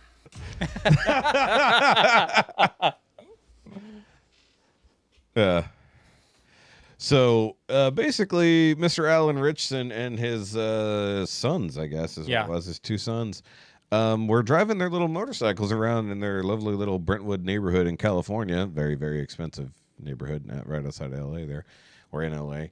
And apparently one of their neighbors was fed up with the loud noises and them, rushing through the neighborhood in such great velocities that he decided to get involved as they came back around through the neighborhood. Literally gets in his way, and I don't think he shoves it. Does he? He doesn't shove him off his bike, but he causes him to fall by getting in front of him. Yeah, the first time, he falls on his own, but then he gets pushed off the bike when he tries to leave. Yeah, 'cause that was the weird part, was the next part of the video where he tries to get on his bike and leave. It looks like he accidentally yoinks the throttle, and the bike kind of gets out of control from him, which, whatever. But basically, Alan, he's a big dude, You know, he's a fighter, and I believe he played football or something back in the day. I forget exactly what happened. Basically, he beat the shit out of the dude reasonably because the guy was literally in his face, shoving him, and all this other shit and screaming stupidity at him. Meanwhile, he's out there washing his dirt bike because he's also a motorcyclist. And he's yelling at these motorcyclists for going around. My thing was, if you watch the two different videos, you see the one where Alan released his own body cam from that he's wearing while riding around. And he was pretty well reserved. Like, hey, man, what the fuck are you doing? And he's like, just walk away. Just walk away. And the dude kept getting in his face. And he's like, what the fuck are you? And basically just punched him a few times, threw him to the ground and everything. From the outside video that started after the initial confrontation, Alan looks like the aggressor, which was the first video that went out just in time for that annoying neighbor to go on TMZ and talk about what happened. Yep. And then literally the next day, Alan dropped his video where you see what actually started it all, where he's literally goes out into the street and stops him as he's riding by, which, by the way, when he did that, he was riding by really slow. Like, yeah, it's 22 miles an hour. You Yeah. go down to 17. Yeah. I was watching the Speedo. Yeah, you can see the Speedo. Yeah. It's like it's on the screen. And even when they do eventually leave after kicking that guy's ass, they never exceed like 30 some odd miles an hour. Like nothing crazy. But I love the restraint of his kids. Like you would think that they would just jump in and defend their dad. Neither one even gets off their bike. They're both just sit. My camera just died. Basically, like Alan did not pursue charges, although the one guy said he had already called the cops on him. I guess the cops eventually showed up. Yeah. He gave a statement somehow. And then it wasn't until Alan released his footage where everybody's like, oh, that guy was being a dick. And Alan just defended himself and left. He could have sat there and kept beating the shit out of that guy and destroyed his bike and done everything else. He defended himself, didn't leave the guy like broken and bloody, but, you know, beat him up a little. And then just left the situation. Okay, and? I was like, Right. And he's not pressing charges against the guy, even though he absolutely could. Because the cop said, it's like, yeah, we can get you or get him on reckless endangerment for coming out into traffic like that, along with like 2 or 3 other charges we could hit him with. And he's like, no, fuck him. Yeah, it's only him because the kids and everything Yeah. were there too. Exactly. Yeah. So that was Yeah. a stupid thing to happen. Exactly. But yeah, it's like, also, if you know who he is, why would you fuck with the guy? Maybe he didn't. Maybe he didn't know who he was. He's just some annoying dude because they were all wearing helmets, like you should. Mm-hmm. And they're riding around a residential neighborhood, so I doubt they're doing anything too ridiculous. Are they loud bikes? Who cares? For real. Who gives a damn? I mean, we deal with it all the time right here. Like, I mean, yeah, kids like that are, I mean, they had like little pocket bikes. yeah, I mean, if they're like 50 cc's, Yeah. they can, you don't have to have, they're like yeah, moped type. yeah. He's So you right. can He's ride. riding a proper crotch rocket. Yeah. But he's still basically leading the kids. Yeah. Because those things probably aren't going to go. I mean, they'll go the speed limit, bare minimum. But, you know, they weren't stupid. They were kid-sized bikes. Yeah. And they're like, they had been preteens, right? You know, they didn't look too big. Yeah. Their dad is huge. So, I mean, there's Yeah, they were just sitting there perspective. just watching, like, yeah. They could be the take size care of of grown men and be 9 for all Yeah. we know. But their bikes were a bit smaller. I noticed that. I'm like, they're not mini bikes. They're not the little No, itty itty-bitty bitty. ones, no. They're the in-betweeners. Yeah. You know. But yeah, just the restraint that the kids didn't jump in. They watched their dad defend them and defend himself and then calmly get back on his bike. He was yelling, but he calmly got back on his bike and he fucking left. But also, now his bike's a little fucked up from hitting the ground a few times because it hit the bike actually fell over 3 times. Yeah, he got up, grabbed it, and twisted the throttle, and back tire caught. Yeah. Which probably looked like he was trying to be a dick, but I mean, he was pissed. He was just trying to stand his bike up. It was in gear. It was in gear, yeah. Because you can even see from the body cam what happened. Because you see his point of view of the whole fucking thing, right? But yeah, that guy was just being a twat. And he's like, "Dude, are you drunk? Have you been drinking?" He's like, "Probably." I got a feeling that guy probably had a couple in him. But as you pointed out, Chad, I don't know. I think he acted Yeah. with more restraint than I probably would have. yeah, especially with your kids involved. Yeah. You pointed out though, Chad, it seemed like it could have been staged based on some of the camera footage. Yeah. So explain that thought on that. because you've seen more than I have on that. Because I didn't even know that. You didn't see that video? No, I only saw the quote unquote ring cam and then his body cam. This wasn't a ring cam. At least it didn't look like it was a ring cam. It looked like it came from a window. Yeah, which is the same window John Cena was sitting at. Yeah, that's why. Like somebody how was, they got that. Yeah. So it looked like someone was filming it right as the confrontation actually started. We're pushing him down with the perfect angle. Yes. Now, I mean, somebody could have been sitting at their window and heard, like, what the fuck just happened? Just hear yelling? Because you can hear the yelling on the phone. Presumably through the window, you could probably hear more. But they had, like, perfect framing. They had all of that. Exactly. Could be coincidence. Could be, hey, I'm going to see if this guy will start shit with me. So I don't even know if I could find that. But yeah. Well, I think it's in the basic video, realistically. But if you realize, if you see the tail end of the movie trailer version, you see that John Cena's sitting in the window. In that window, which is so fucking funny. But, yeah, I would just like, you would expect, like, Alan is, he's a bit of a lefty. He's not completely Trump-tarded, but he's a lefty.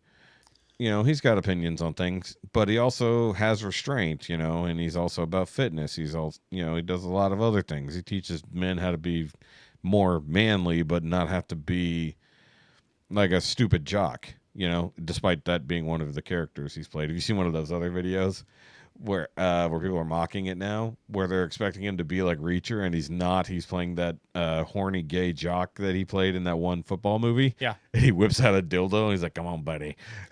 He's like, oh God.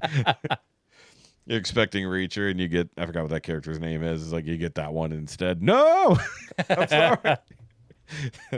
I mean, the internet's having fun with it, but I just like that he's like, oh, this guy's going to talk trash about me on TMZ? Cool. Boop. Up on his Instagram. Just instantly showed us to like 1.2 million people. No. Here's what actually happened, because like we were pointing out, that other video cuts in after the initial confrontation. Like all good cell phone footage of an incident does. This could have easily been like a George Floyd, but with a white British guy in a very rich neighborhood. And then again, I guess it's not like George Floyd at all. Right? Yeah. It's like, I was killed by Jack Reacher. Were you, though? Because you definitely can't see his face from that far away. No. Even with the helmet off, you can't tell it's him. You'd have to have some indication, though, who it was. The way they did it. Yeah. It was done. They were trying to get something out of it. I don't know. I mean, who knows with these neighbors? I mean, he gave his side of the story, like, tries to say, I'm this really nice, responsible, motorcyclist and all this other stuff. I would never be like, motherfucker, you got a dirt bike. I guarantee you're ripping around on that motherfucker. Yeah, it was in the street. I don't know if you noticed that. Yeah, because he said he was washing it. Yeah, who washed it? It's like, conveniently, you were out in your driveway near the edge of the street with your dirt bike, washing it conveniently as this guy you hate goes ripping by, quote unquote, with his kids. You can have waved them down and everything. It's like, hey, man, could you at least tone it down a little bit? You decided to jump in front of them. Yeah. Idiot. Yeah, because I think even Alan says, like, yeah, I heard somebody yelling. I don't know what the fuck he was talking about. And then he walks into the street. He said he yelled at him the first time they came by, like slightly earlier. And then he gotten out in the street and got pissed off. Yeah. And I've had things like that happen whenever I was delivering pizza in my old Neon. It was loud. Like, my car's loud, but it's not super loud compared to my old one. As someone who's ridden sport bikes and has full face helmet and exhaust and everything on it, you can't hear nothing until you actually stop, take it off, turn the bike off. Yeah, you're not hearing it. You're not hearing nothing. No. Especially if you maybe have a Bluetooth in it and stuff like that. Presumably you're in communication with your kids too. Yeah. Because kids have their helmets on. Being perfectly good little riders, So it's like, were they being slightly dickish? Maybe. We didn't see that. We saw everything that happened after that. If you want to provide footage of them ripping down the street at 100 miles an hour, we'll believe that too. Mm-hmm. Yeah, where's that Ring camera footage? Yeah, where's that convenient Ring cam footage? Because, that shit's on all the time, especially if it detects movement or whatever. And these are like really high-end, multi-million-dollar homes. They got to have that shit. I'm sure you could patch every single one of them to see there. Yeah, you could track them. Yeah. You could literally do it. I've seen those things done when they're trying to track down criminals in neighborhoods. Or really, really crazy car crashes, like when somebody somehow loses control at 180 miles an hour on a residential street and goes flying through someone's porch. That's kind of cool when you see it. It like launches across multiple cameras and then crashes over here. And you're like, damn it, the guy on the other side of the street didn't have a camera. Couldn't see it from the epic angle. He's shopping over here. Yeah. What are you buying? So I was working on stuff for the bus. Of course. I love that. We talked about that last time. You got Hefe over here. He's just scrolling, buying shit while everybody else is talking. Got to multitask, man. Sure you do. All right, so two other little bits of news we need to discuss because Chuck Norris wasn't the only death last week. Nicholas Brendan of Buffy the Vampire Slayer fame, who played Xander, also passed away at a reasonably young age as well. I believe he was only in his 40s. I could be wrong. Was he at 41? I think 40. Wait, no. No, I'm sorry. He was 54. Because I guessed it almost exactly correct. Okay. He was 54 because he was a little bit older than I was as a teenager. So he's like 9 to 10 years slightly older than us. So Still not very old. still not old, but I found out why he died. That was the thing. Oh. Yeah. So basically, he had a congenital heart defect that was either caused because of his drug addiction / alcohol addiction, or it might have already been there, and realistically, his years and years of drug and alcohol abuse is what eventually led to it failing on him. So apparently he had some major issues, especially post-Buffy times. He had major alcohol problems, was arrested many times on drunken disorderly violence, domestic abuse calls, and stuff like that, depending on either wife or girlfriend. And he went to rehab several times, didn't quite happen. You know, he got good, got bad. Basically, he was fighting depression and God knows what else over all those times. But, overall, most people enjoyed the guy. He just, he was troubled. For whatever reason, whatever got to him, that he was depressed and had these drinking problems. Let's see here. He was on a lot of normal TV shows, but Buffy was the big one. He was on Criminal Minds as Kevin Lynch, I guess. He was on a few episodes. He was on... okay, so he launched a comic called Very Bad Koalas. That's funny. Let's see here. He was on Private Practice for a while there. That's interesting. For a 4-episode arc. That's pretty big. Okay. And then Okay, I'm going to read this title. He later had a recurring role in untitled web series about a space traveler who can also travel through time. That's the name of the actual thing. Okay. That's great. Appearing alongside Sylvester McCoy, Robert Picardo, Mayim Bialik, Chase Masterson, Rose Eric, Ricky Simmons, and Carrie Kieran. Okay, interesting. I never even heard of that, but that's cool. But yeah, basically, he passed away last week due to that heart failure, basically. So don't do a lot of drugs, guys. Also, he had a twin brother. I didn't realize. I just read that right there. Really? He had a twin brother. Yep. So yeah, don't do all the drugs and alcohols. It can kill you. It's bad. Drugs are bad. Yep. Yeah, but yeah, the fact that he had multiple arrests for convictions for vandalism, theft, and domestic violence. Well, don't do that stuff. Don't do that either. Yeah. Don't let drugs and alcohol make you do those things, especially if you're not a young person. If you're like a kid, fine. If you're like 28 doing that shit, get your shit together, man. Fucking knock it off. Knock it off. Grow up. Yeah, grow up. Get your shit together, man. Chuck Norris would not be proud of you. But apparently... his beard fist will get you. His beard fist. That sounds bad. You're going to be beard fist assaulted. You're going to be beard fisted. By the way, my favorite... I was thinking that and you said it. Yeah, my favorite Chuck Norris cameo is from Dodgeball. Which one? Dodgeball. The movie, Dodgeball. Yeah, I completely spaced on the cameo. He was Chuck Norris. He ruled that it was what's his face was over the line when he threw the ball and got Peter. Oh, he out. was an and he official. said, yeah, exactly. He was an official for no reason. He didn't exist prior to that, and then was there for that moment, and then was gone. Nice. And he's like, "Thank you, Chuck Norris. Thank you, Peter." No reason whatsoever. It's like to make any sense. I need to watch that. That's a good movie. Patches O'Houlihan. Yep. Boston Scally needs a Patches O'Houlihan hat. And Alan Tudyk just being Wonderful. Yeah, they need a patches hat that comes with a wrench pin. Yes. Yes. Yes. Boston Scally. Boston Scally Cap, get on it. Need a Patches O'Houlihan. And by the way, have you ever heard him tell the story about how he got Steve the Pirate?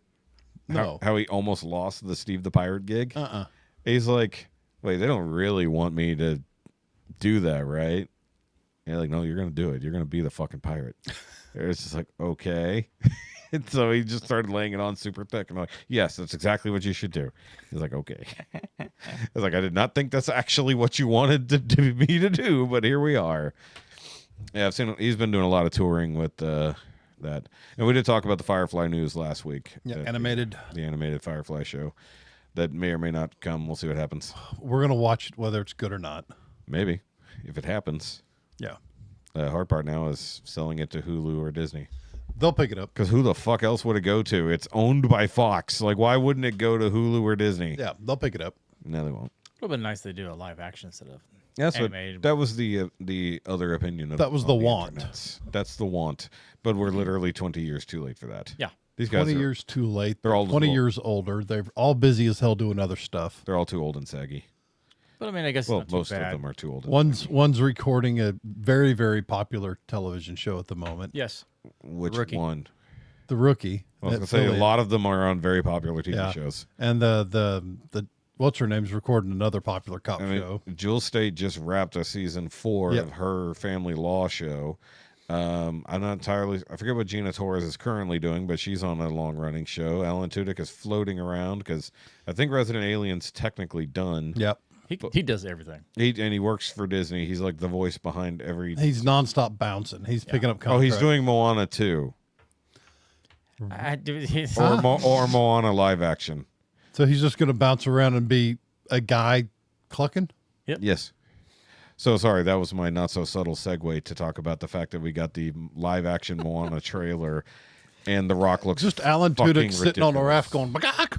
Yeah, but actually, Really? the anime CG Hey is so much worse than CG Hey. It's fucking terrifying. But hold on, it's going to be CG Hey. Yeah. Oh, I thought it was going to be Alan Tudyk on a raft, just him. No. Well, that'd be even better. So what I'm going to pull up here. He needs to do a parody with him doing that for the just for the movie. Him. Just show the behind the scenes. Yes. Him and The Rock just sitting there. All right, hold on. I got to pull up my own. I got to pull up my own rock paper right chicken. Quick. Hold on. Yes, rock paper chicken. Yes. All right. So I'm gonna pull this up because you guys have to see this. I know Chad has seen the actual teaser trailer, but Hefe, I assume you haven't, because why would you follow this? So this was going to be meme of the week. Remember to put this on the screen for everybody. So it's internet reacts to Dwayne Johnson as Maui in the live action Moana remake. That's the actual image. It said, who wore it better, him or John Cena as Mermaid Ken? I can't explain it, but he still looks bald. Let's go back to the image. Yes, he does. It looks like a really, really bad wig. And then you've got this looks like some SNL sketch. I'm crying. Yeah, that looks fucking horrendous. And then they just gave him hair and called it a day. Maybe it's supposed to be over the top like that. So. And then T-Mobile commercial. Yes, it looks like a fucking T-Mobile commercial from that angle. And also, I think Moana's oar is way too big. Like in the actual image, if you see her holding the oar, it looks gigantic compared to the oar in the original. But as you correctly pointed out, and we've talked about before when this was announced, why the fuck are they doing this? That could quickly become a commercial for a Moana cereal. Yeah. Instead of an oar, big spoon. Moanos. Moanos. Yeah. Yeah. Hey-hey-os. Which actually just sounds like a Japanese fucking Kamen Rider show. Hey-hey-os. Or the Bimauios. Mauios is probably already a thing. But also it sounds like somebody with a lisp trying to talk about how much they really want their little chocolate cookie sandwiches. Mario's. Or they really want to play a video They game. really love Nintendo. Which, by the way, have you seen the latest trailer for Super Mario Galaxy, the movie? Holy fuck, it looks amazing. I cannot wait for that movie. They announced who's doing Yoshi. Because they were keeping it a secret as to who was voicing Who's Yoshi. voicing or who's doing? Voicing. Okay. We're being very polite here. It's a children's movie, you dick. And? Oh, did you want the actual answer? Sure. Oh, no, it's okay. I don't want to tell you. Okay, bye. Honestly, I forgot. I'm going to go back and look. Alan Tudyk. You know what? He hasn't been announced in anything, but I have a feeling it's coming. That's what she said. That is what she said. Thank you. I was setting Poor it up Yoshi. there. Is Yoshi a turtle or a dinosaur? It's a dinosaur. Yoshi and Mario. Yoshi actor would be the word I'm looking for. Donald Glover. Really? Childish Gambino is going to Nice. be Yoshi. Yeah. Okay. That's what I knew it was a black actor. I just forgot who it was. But that is so random. Yeah. That they would have him do it. Childish Gambino, not I'm too old for this shit. Yes. Correct. Okay. They are not related. No. Okay.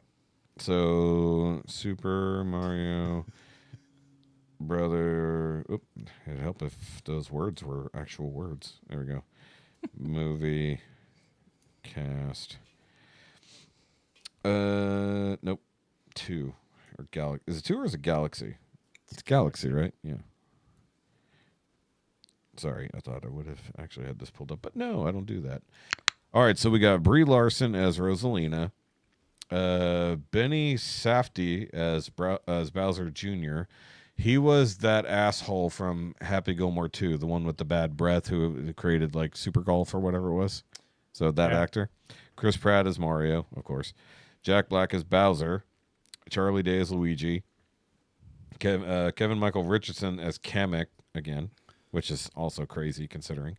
Donald Glover as Yoshi. Anya Taylor-Joy as Princess Peach again. Issa Rae is the Honey Queen.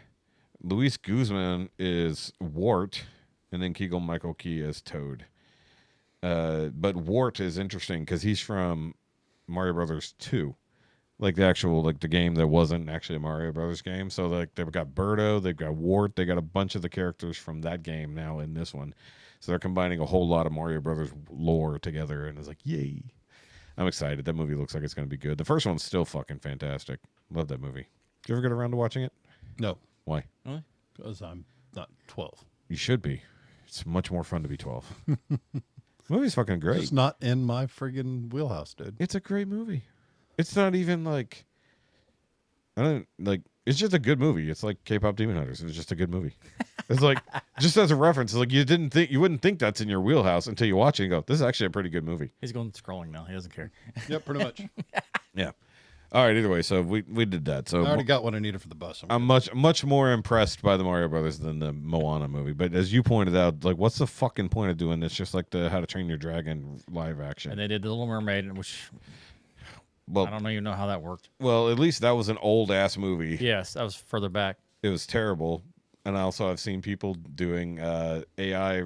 It's like, hey, what if we actually made Ariel look like Ariel? And you see AI renders of what it like should look like. Scandinavian looking? Or like the one from Finnish? the movie. Yeah. No, like the one from the movie it's imitating. It's like, oh, hey, that works. That'd be great. Why don't we just do that? Nope, can't do that. Sorry. Got to be black with red dreads because reasons. Mm-hmm. Also, nobody ever points out the fact that King Triton was a manfish whore, because he had seven wives and had a daughter from each one because he's king of the 7 seas. So he makes sure he goes and fucks a different mermaid from each different sea. That's why. Wasn't that? Sorry, all the daughters look different. Wasn't that like the Brothers Grimm tales or? I don't Hans know. That Christian wasn't. Andersen? That wasn't. I think it's Hans Christian. It's one of those. It's not Grimm. Then he was Northern European. Okay, we're going by the Disney version, not by the book. Okay. We're not going Dune and Dune here.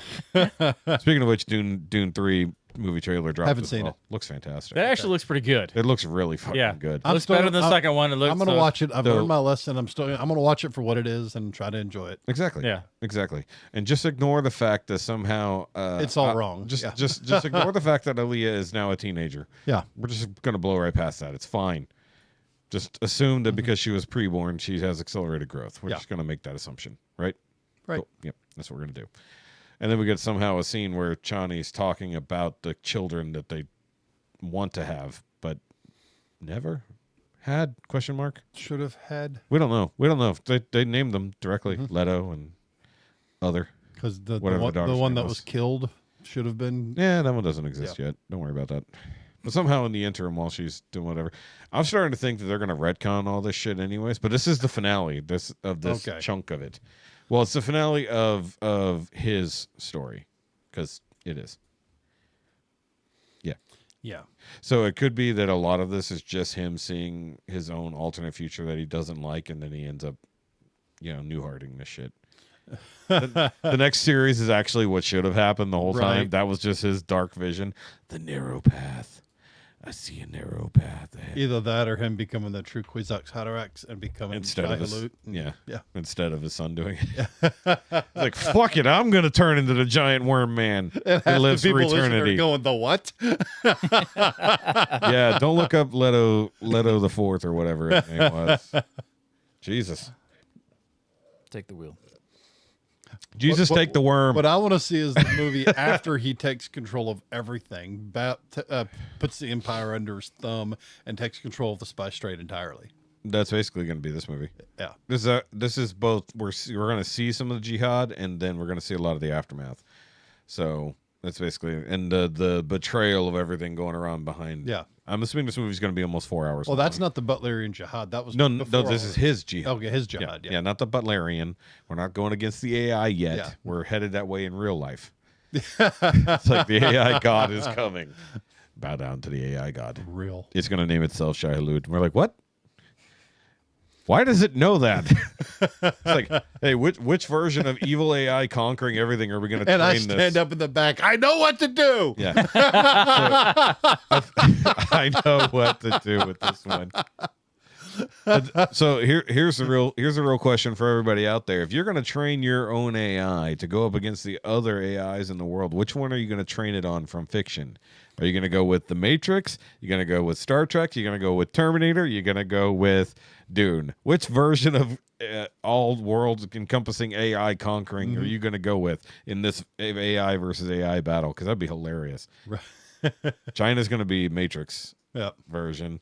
I assume Russia's going to be very Terminator-y. I think we're going to accidentally be the Dune one. Basically throw enough bodies at it and it'll get done. Well, that's I'm Russia. trying to figure out the guy from the voice of Space Odyssey. That one. Hal. Thank you. Oh, HAL 9000. Yeah. Well, that's a very singular AI. Yeah, no. But Then again, you could That's also very be linear, extremely linear. Yeah, you could be like Mother from Yes, the Alien I know you're talking series, but that's fucking terrifying. That's just like the all-encompassing. While each one is its own. That's all node, fine they're to talk connected. about until quantum happens, and then we're all screwed. What? Until quantum AI becomes a reality, and then everything's screwed. It doesn't matter. What- It's already faster and smarter than us. Well, when quantum happens, I think it'll be the first and the last. I mean, quantum computing's already happened. I don't think so. Not as it's going to be in its final form. Well, they've told you about. Yeah. They've been working on AI since the 50s. Yeah. When their computers were literally bullshit. They're still using fucking paper with holes in it to tell the computer what to do. They were already working on AI. Assume that the United States government already is 20 years advanced from the fun things that you're playing with on your phone. It's like, no. When they're using, like, not ChatGPT, one of the other ones, Claude. They're using Claude to plan out the Venezuelan raid. Mm-hmm. There was that. How about we don't teach the AI how to go to war? There was that documentary I saw that was talking about that study about the AI that blackmailed the. That turned out to be it's its assignment. Okay, really? Yeah, so we had that discussion. Remember, I found out later all the blackmail and those other things. Those were actually assignments to see what the AI would do. Okay. They set up the situation with really? So they gave it the idea that it could use blackmail to get its way, and it could decide whether it was going to or not. So I only had half the story when we covered it. It was part of the experiment. That's still terrifying, but less terrifying. Yes. It didn't do it randomly without being told that it could do that. It was given the ability to use blackmail and chose to use it in the situation. Look at you fighting off that yawn. For real. You're like, only like 4.5 pooping. hours of sleep. He's like, pooping. You're like the dog. You're like Cable. If you see me shiver and grin, you're in trouble. Bad Hefe. Bad Hefe. Did you? So apparently, so to make a poor joke, so Hefe doing a little shiver and a smile apparently is what happened in down there in the oil refineries in South Texas, where we had a very large explosion the other day. Apparently, I found out. Yes, so one of the Valero plants down there in Port Arthur went kaboom. Not a good thing. No. Very big smoke plumes. That was 2 days ago, and they're telling everybody right now, hey, air quality is going to be real bad and toxic, so you should probably get the fuck out. So Valero Port Arthur refinery had a big old thing explode. I forget exactly what caused it, if they haven't told anybody exactly what caused it. However, there's already a conspiracy, because an hour before this refinery exploded, a Twitter account, which was already identified to be a Saudi Twitter account, posted a threat against an oil refinery in the United States, basically saying that it would explode and we're targeting a lot of other things an hour before this thing exploded. But it didn't identify the Valero plant. It identified the one across the street. Not a joke. Mm-hmm. Literally, the refinery across the street from this one said it will explode and take out, I think they said 725,000 barrels a day, something like that, however much they're refining. It's the largest refinery in the U.S. The U.S., not the Gulf Coast, not Houston area, the U.S. And at the same time, Trump said, hey, let's go ahead and delay the bombing of Iran this week. All these things happened within a couple hours of each other. The Twitter threat, the actual explosion, and Trump calling off the bombing of Iran this week. Because they gave them 5 days to get their shit together or they're going to bomb them again for the Strait of Hormuz. Mm-hmm. He said, let's postpone that bombing. And then boom. We already know that they can do this. We already know that they can hack infrastructure and cause things like this to explode, power plants to explode, all these other things. The fun part is how they do it. They don't just say, oh, cool, start a fire here. They don't have to send a guy with a bomb or some C4. They tell one computer to reverse the flow of a single thing and then lock off one electronically controlled valve until it builds pressure and explodes. Mm-hmm. And I forget, it was one of these hacker conventions a few years ago. Guys literally came in and said, cool, what would you do as a terroristic act? Like, I guess the CIA was playing games that day. They're like, hey, let's give them some terrorist ideas and see what happens. And guys literally within like 5 minutes simulated a power plant exploding by literally reversing the flow of one of the coolant valves and shutting it off. So it just built up so much pressure that it exploded and like blew up the entire plant from a single valve that was electronically controlled. Mm-hmm. It's like, first of all, why would we ever have no fail safes for that?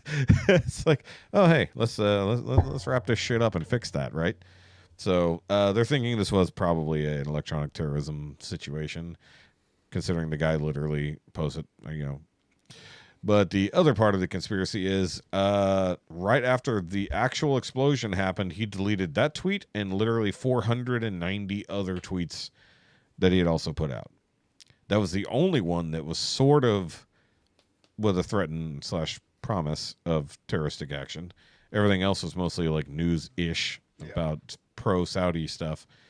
It's like, how did this guy go from just posting stuff to literally saying, hey, in an hour we're going to blow up a oil refinery in the United States, identifying the city in the street?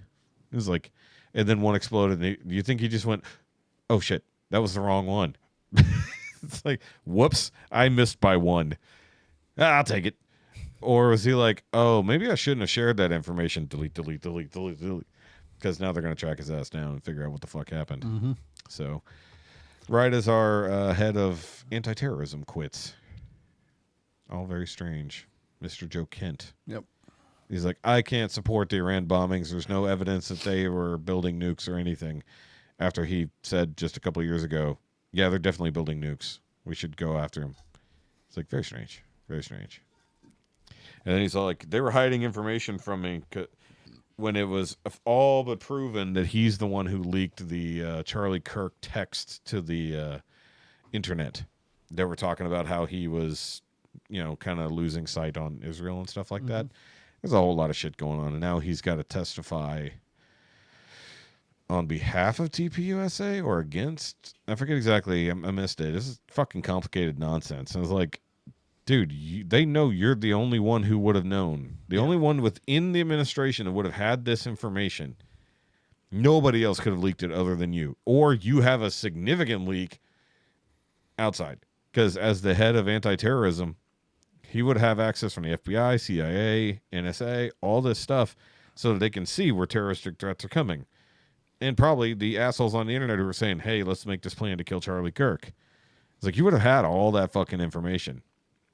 Maybe you didn't do your job.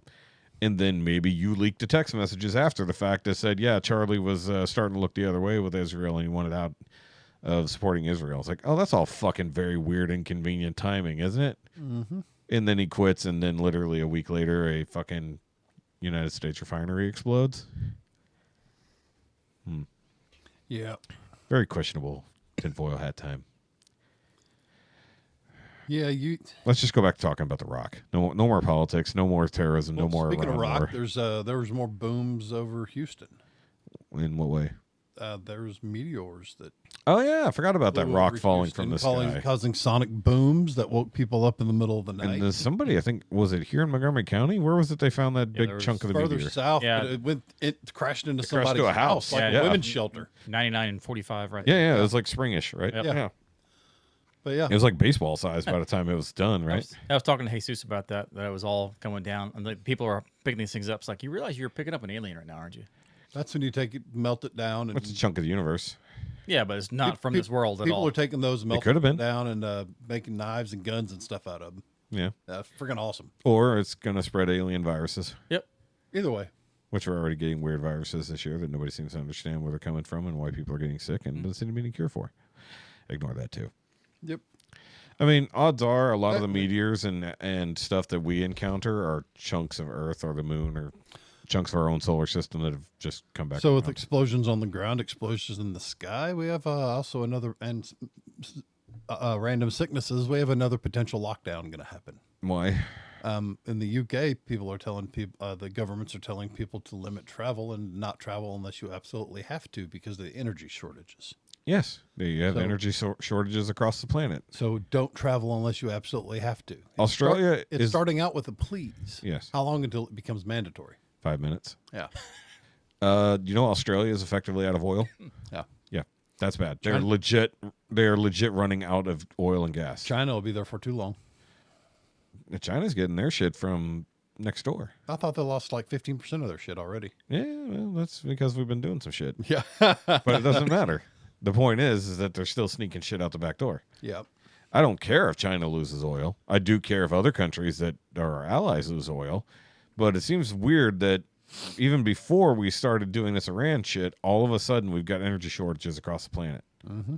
It's like, how is Australia running out of fuel all of a sudden after 2-3 weeks of fucking war in Iran? Don't they have a bunch of oil fields in Australia? I guess not. They probably shut those down for the same reason they shut them down everywhere else, except for the 2 or 3 countries that are allowed to do it. Yeah.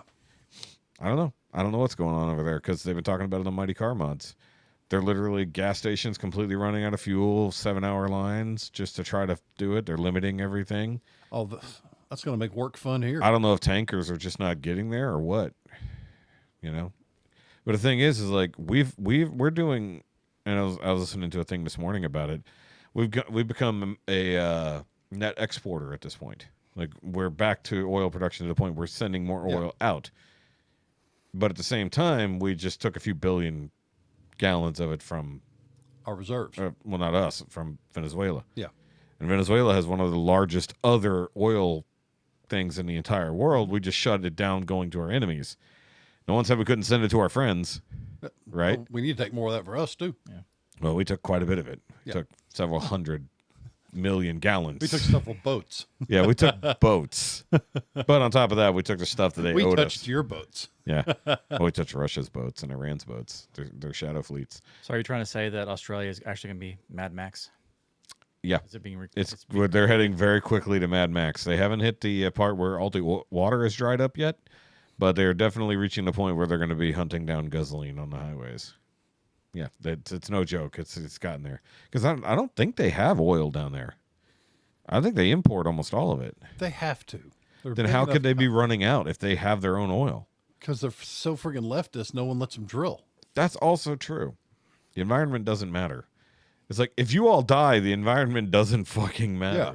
Also, the hubris. There has to be, because there are so many of those jobs where you work 2 weeks out and work 2 weeks off, and that you basically live in these work camps. I guess. There are mines and all kinds of stuff out there. Well, they have mines for sure. Well, they have uranium and stuff like that. They don't have any nuclear plants for powering things, too. Yeah, they have coal and all kinds of stuff out there. Yeah, they definitely have coal. They have coal mines. They've got a few other things. So, cobalt. They have a few they things. got a lot of electric cars out there, so they got some people that'll be able to get around. Yeah, not enough. This is the oil apocalypse. We still have tons of fucking oil. It's just not getting anywhere. Our own gas prices are up $2 a gallon now. Yeah, like I said earlier, it cost as much to run the Jetta now as it does to run the bus. Yeah, and it's all due to speculations on this point. It's not even like there's no actual shortage of fuel. Nope. We have tons, literal tons. Yeah, when it cost almost $70 to fill that tiny little car up. Yeah, did you look something up? Yes. Yes. I was talking about Australia and the refineries. They got two. Yeah. In that whole gigantic ass country. Yes. Now, they might be ridiculously big refineries, but they're probably not even bringing their own. Do they drill their own, or are they just refining it? Well, that's the real question, because I don't think they have the Australian oil fields. Maybe. Where would they be?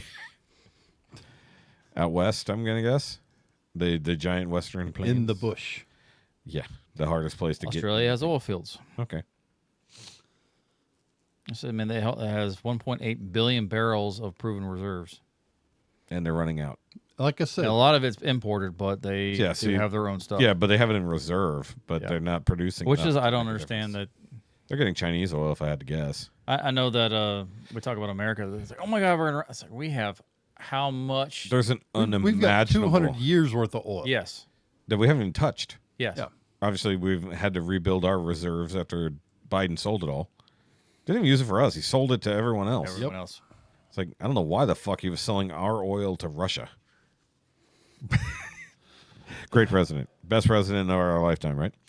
But we're at the point we're producing enough oil that we should be doing, I don't know, fucking anything.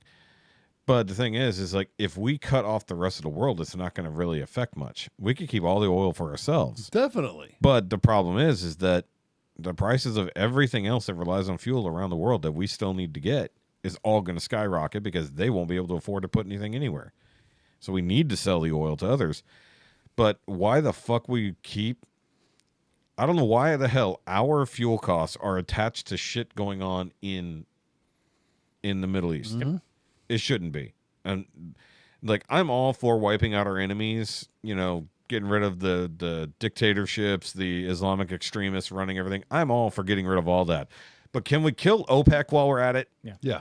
Like, destroy OPEC. That's the only thing that's keeping this world from people not being independent. Like, why the fuck is a foreign foreign caliphate get us down to $50 a barrel? They can make money. We can live affordably. I don't care if anyone makes money. Oil should be free. Yeah, but still, everybody can be happy enough at $50 a fucking barrel. Free, Jeff. Free. Get it out of the fucking ground. Actually, everything should be free, personally. All right, you socialist. No, I'm not saying that everybody should work for free. I'm saying that nothing should hold a value that can change.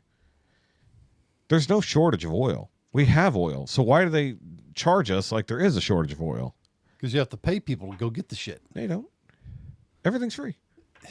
Make energy free. It's like, here's the idea. If you have nuclear power plants, you don't have to worry about fucking anything except for getting the oil out of the ground and refining it.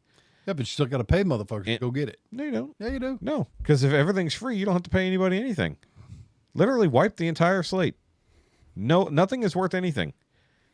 If you need, you go get. Yeah, that looks good on paper. People have tried that shit. It's called communism. No, they tried communism. They didn't try everything's free. Yeah, that works great, except for the fucking 1% that takes everything. what can they take if there is nothing? Yeah. It's like, here's the thing. If everything's available, scarcity is all a lie. You know that, right? But scarcity is a lie. That's not going to work because people are greedy, selfish animals. Yeah, they're only greedy because something has value. If it doesn't have any value, then who the fuck needs all of it? It's still not going to work because there's going to be haves and have-nots. And then you kill the haves. Ex- Me edit that out. Exactly. No, but the point is that realistically, we live in a post-scarcity world. We do. Mm-hmm. We create scarcity to control prices. We don't have food shortages. We don't. We lie and we say we do. Yep. Yeah, they engineer shortage. They engineer them, which is why it's all horse shit. There's no shortage of oil, except in Australia, apparently. But because we're striking the country that sort of is involved with determining what the prices are, then they're the ones that get to tell us what we charge for our oil, despite the fact we're selling oil to everybody. Yep. That's horse shit. Zach. Ah, you can wait on that one. Yeah. What is this? He called earlier, but it's... I was going to say second time today. He always calls during the show, no matter he what. Yeah.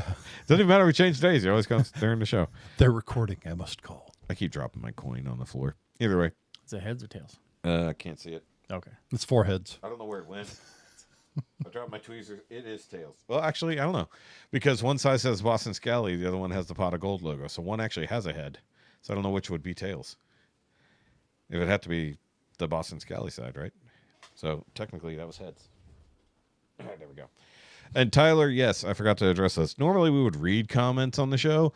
Tyler legit left 25 comments across different videos in the last day and a half, so I can't read them all. But I appreciate that Tyler is commenting, not just random shit. He's commenting on the things we're talking about. He's commenting. Yeah, he's actually communicating with us, commenting, being relevant. Yes, he's doing the thing that I really wish that all of our listeners would do. And I said listeners, very weird there. But the end. The end, in fact. Let's see here. Okay, yeah, he's literally all over the place. Like he's literally commenting on one of the taste test videos. I will say other Kevin left a comment. He said, I always enjoy your show and movie suggestions. I never heard of Shoresy, but I will give it a try. Castle Rock that you recommended was especially good. Season 2 was excellent. So, cool. And then... yeah, I like Fraggle Rock, too. Castle Rock? You dickhead. Wow, he literally commented... Like, I'm looking at the comment section, like you can scroll. It's all... It's all... Tyler. It's all Tyler. Let's see here. I am... Oh, well... I know he left several two-part comments. He's not even just doing two-part messages. He's doing two-part comments. Is he putting the end on the comments? No, he's not, but that'd be funny. So, from last week, the We Got Lanterns episode, I am behind on listening, but in this episode, we discover Shoky did not know the meaning of handle of liquor. Slightly related, I've always bought handles because dollar per ounces worked out better, so why not save money while engaging in this vice? You know, if you're drinking for effect, not for quality. Yes, that makes sense. I spent years drinking for effect. Indeed. Let's see. Oh, he left a thumbs up in the comment. He literally just typed thumbs up, so that's good. The Baptist thing. You know, Baptist. I still laughed about that. Baptist. I said, I also went to a Baptist church and in a very small town, not near any big ones. I mean, yeah. That's all I said. No, he did more, but okay. No, but this is the way that sentence was structured. There were no big Baptist. I'm gonna try to read it like Tyler speaks. I don't know if I'll manage this. Worship was piano and organ plus choir. At some point, we had a drummer. I never understood that, but the old people were livid. Okay, so because I guess drummer. No, well, because it said Baptist. Not all Baptists do instruments. Yeah. Then we had a temporary pastor once. Loved the guy. Great pastor. One sermon, he sang a song at the ending. As an example, he played an acoustic guitar. Man, he's commenting very weird. Like, if I'm reading this as it's written, it's very strange, but I'm leaving out all the ellipses. To the commas, he's putting ellipses. Man, those old people had to get that evil rock and roll demon out of their church fast after that. Okay. And then now he's at a Presbyterian church. Some friends and I were having cigars or pipes plus whiskey. And one guy also grew up small town Baptist, was like, man, you know what the meaning of PCA is? Pipe, cigar, and alcohol. Okay. I didn't know Presbyterians did that, but I don't think I know any Presbyterians. You don't know any Presbyterian? I'm Presbyterian. Y'all going on that Presbyterian church? Oh, Presbyterian. Nope. Oh. Tyler did leave the secret word of the week from the bread dealer episode, so he made sure to include the flaming Chad and bread dealers. There you go. Did you ever see what I did? No. Where I added the flames to your head? I don't think so. Yeah, I did. Towards the end of it? Yeah. Okay. I added the effect. Okay. I set your head on fire because it was funny. We don't have Fat Cam today.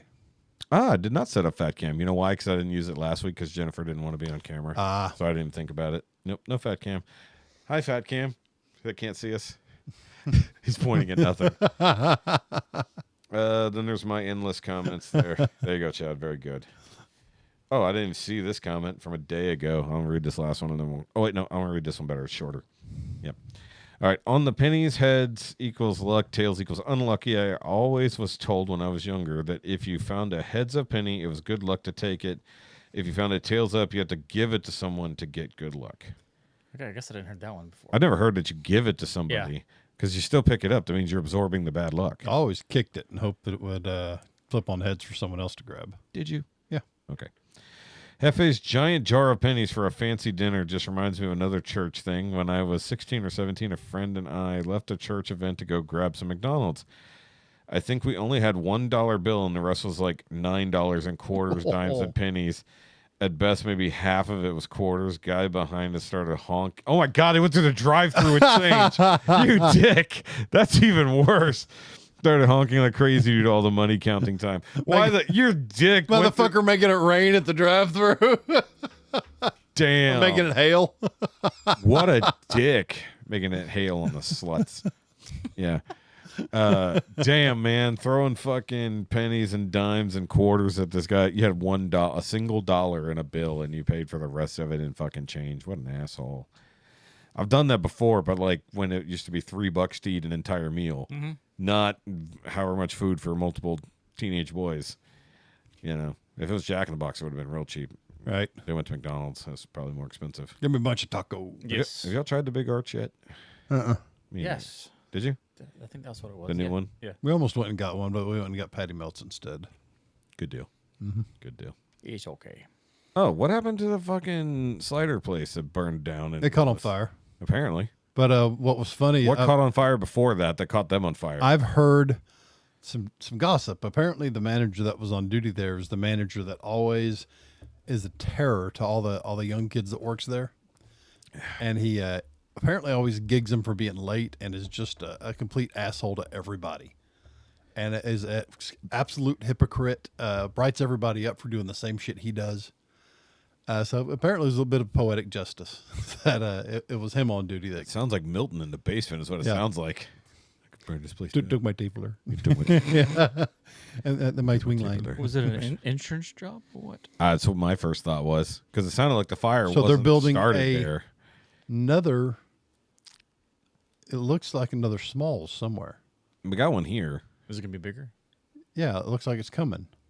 I don't know where else it's coming. Yeah, that's We have one here already where on 105, right by the high school. Smalls? Yeah. I saw. okay. I don't get down there much. Yeah, you know that little Asian place that you told me not to go to that one time? Which one? I don't know. It's one of the ones you tried out, and I forgot what you recommended it, and you're like, nah, never mind. It's not that good. What's the one by the catch? Across the street, yeah. That's the one I told you to go to. Oh, that's the one you did tell me Yeah, to go to. it's good. It was okay. Yeah, it's right next to that. Bao Bay? Yeah, Babe. Yeah, go. Good. Yeah. Well, it's right next to that. Okay. It's not hard to miss. It's gigantic and orange Yeah. containers. Orange. Yeah, They put it in the worst possible place to put that weird of a drive-through. Go to Bao Bay. They're good. Okay, fine. The General Tso's chicken's awesome. I'll see about that. We'll see. Yeah. We will see. Just like we will see you guys next week. Make sure you do that like and subscribe thing. That was a nice little Now I want segue. chicken. Yeah, me too. I'm not going to cook anything tonight. I'm having pizza. My teeth hurt. I had too much pizza this weekend. They're having soup. I might. Technically, I'm having beans and sausage and chewing very lightly on my left side. So, guys, make sure you go follow the show at NowYouMadeItAwkwardPod, where I post things sometimes, occasionally. And then Go follow me at @the_Shoky. Go follow Chad at C4 Graphics. Go get your vinyl daddy business. Not on Tuesdays. That's what I actually said on my post. I was like, yeah, make sure you go get Chad some business. Just not on Tuesdays. And some of you people weren't listening. That's what I said. Guess what I was doing yesterday? Yep. I was doing an install. Yep. I know. Fuckers. All day. I told you guys to stop giving him business. It's only on Monday, Wednesday, Thursday. Leave Tuesdays and Fridays for podcasts and golf. That'd be nice. Yeah. Well, you work Sundays sometimes, Doesn't too. work that way. Yeah. You often work Sundays to play catch up, too. Yeah. Yep. And then you can go bother Hefe at Grounded and Grumpy. Yep, updates coming Friday, and then some Sunday. Yep. And then once again, we will be out. Are you going to join us? We'll see. We'll be outside. I know. In theory. And Okay. In practice, we should be outside. Yeah. We'll see what happens. A nice weather day. Nice going to be a weather day. great day. Should be a nice day. We were going to be inside, but I found out there's going to be a rock band inside. Probably going to be hard to have a podcast over loud music. We'll figure it out. Yeah, we'll figure it out. So we'll be out there at the Franken Bolts. Either way. Sorry. I felt burp coming. I just didn't want it to come out mid-sentence. There you go. I'd rather pause the show entirely to wait for a Totally burp. stop everything. Yes, stop everything for a burp. And, of course, merch, guys. Go check out the merch. And then I will be working on more episode 200 stuff here sometime soon. I was talking monetary stuff with the guys at Mad Llama just to make sure what things should cost and stuff like that. So, yay, funsies. Lots of fun stuff coming up. Yes, it sucks setting up business shit on the back end. I actually get to do something this weekend. I'm excited. You could always do things. You choose to be at work. I'm always at work. Yeah. We didn't invite you to play dominoes because we Is figured what you'd I be do. working. And we were correct. It keeps me from being an alcoholic. Does it? Yeah. I don't know. Might be a trade-off here. There's got to be a happier balance in this. I'm a workaholic instead. It's like, yeah. Angry and never around. More drunk and hangs out. Wish in one hand, vomit in the other. All right, with that, guys. Okay, bye.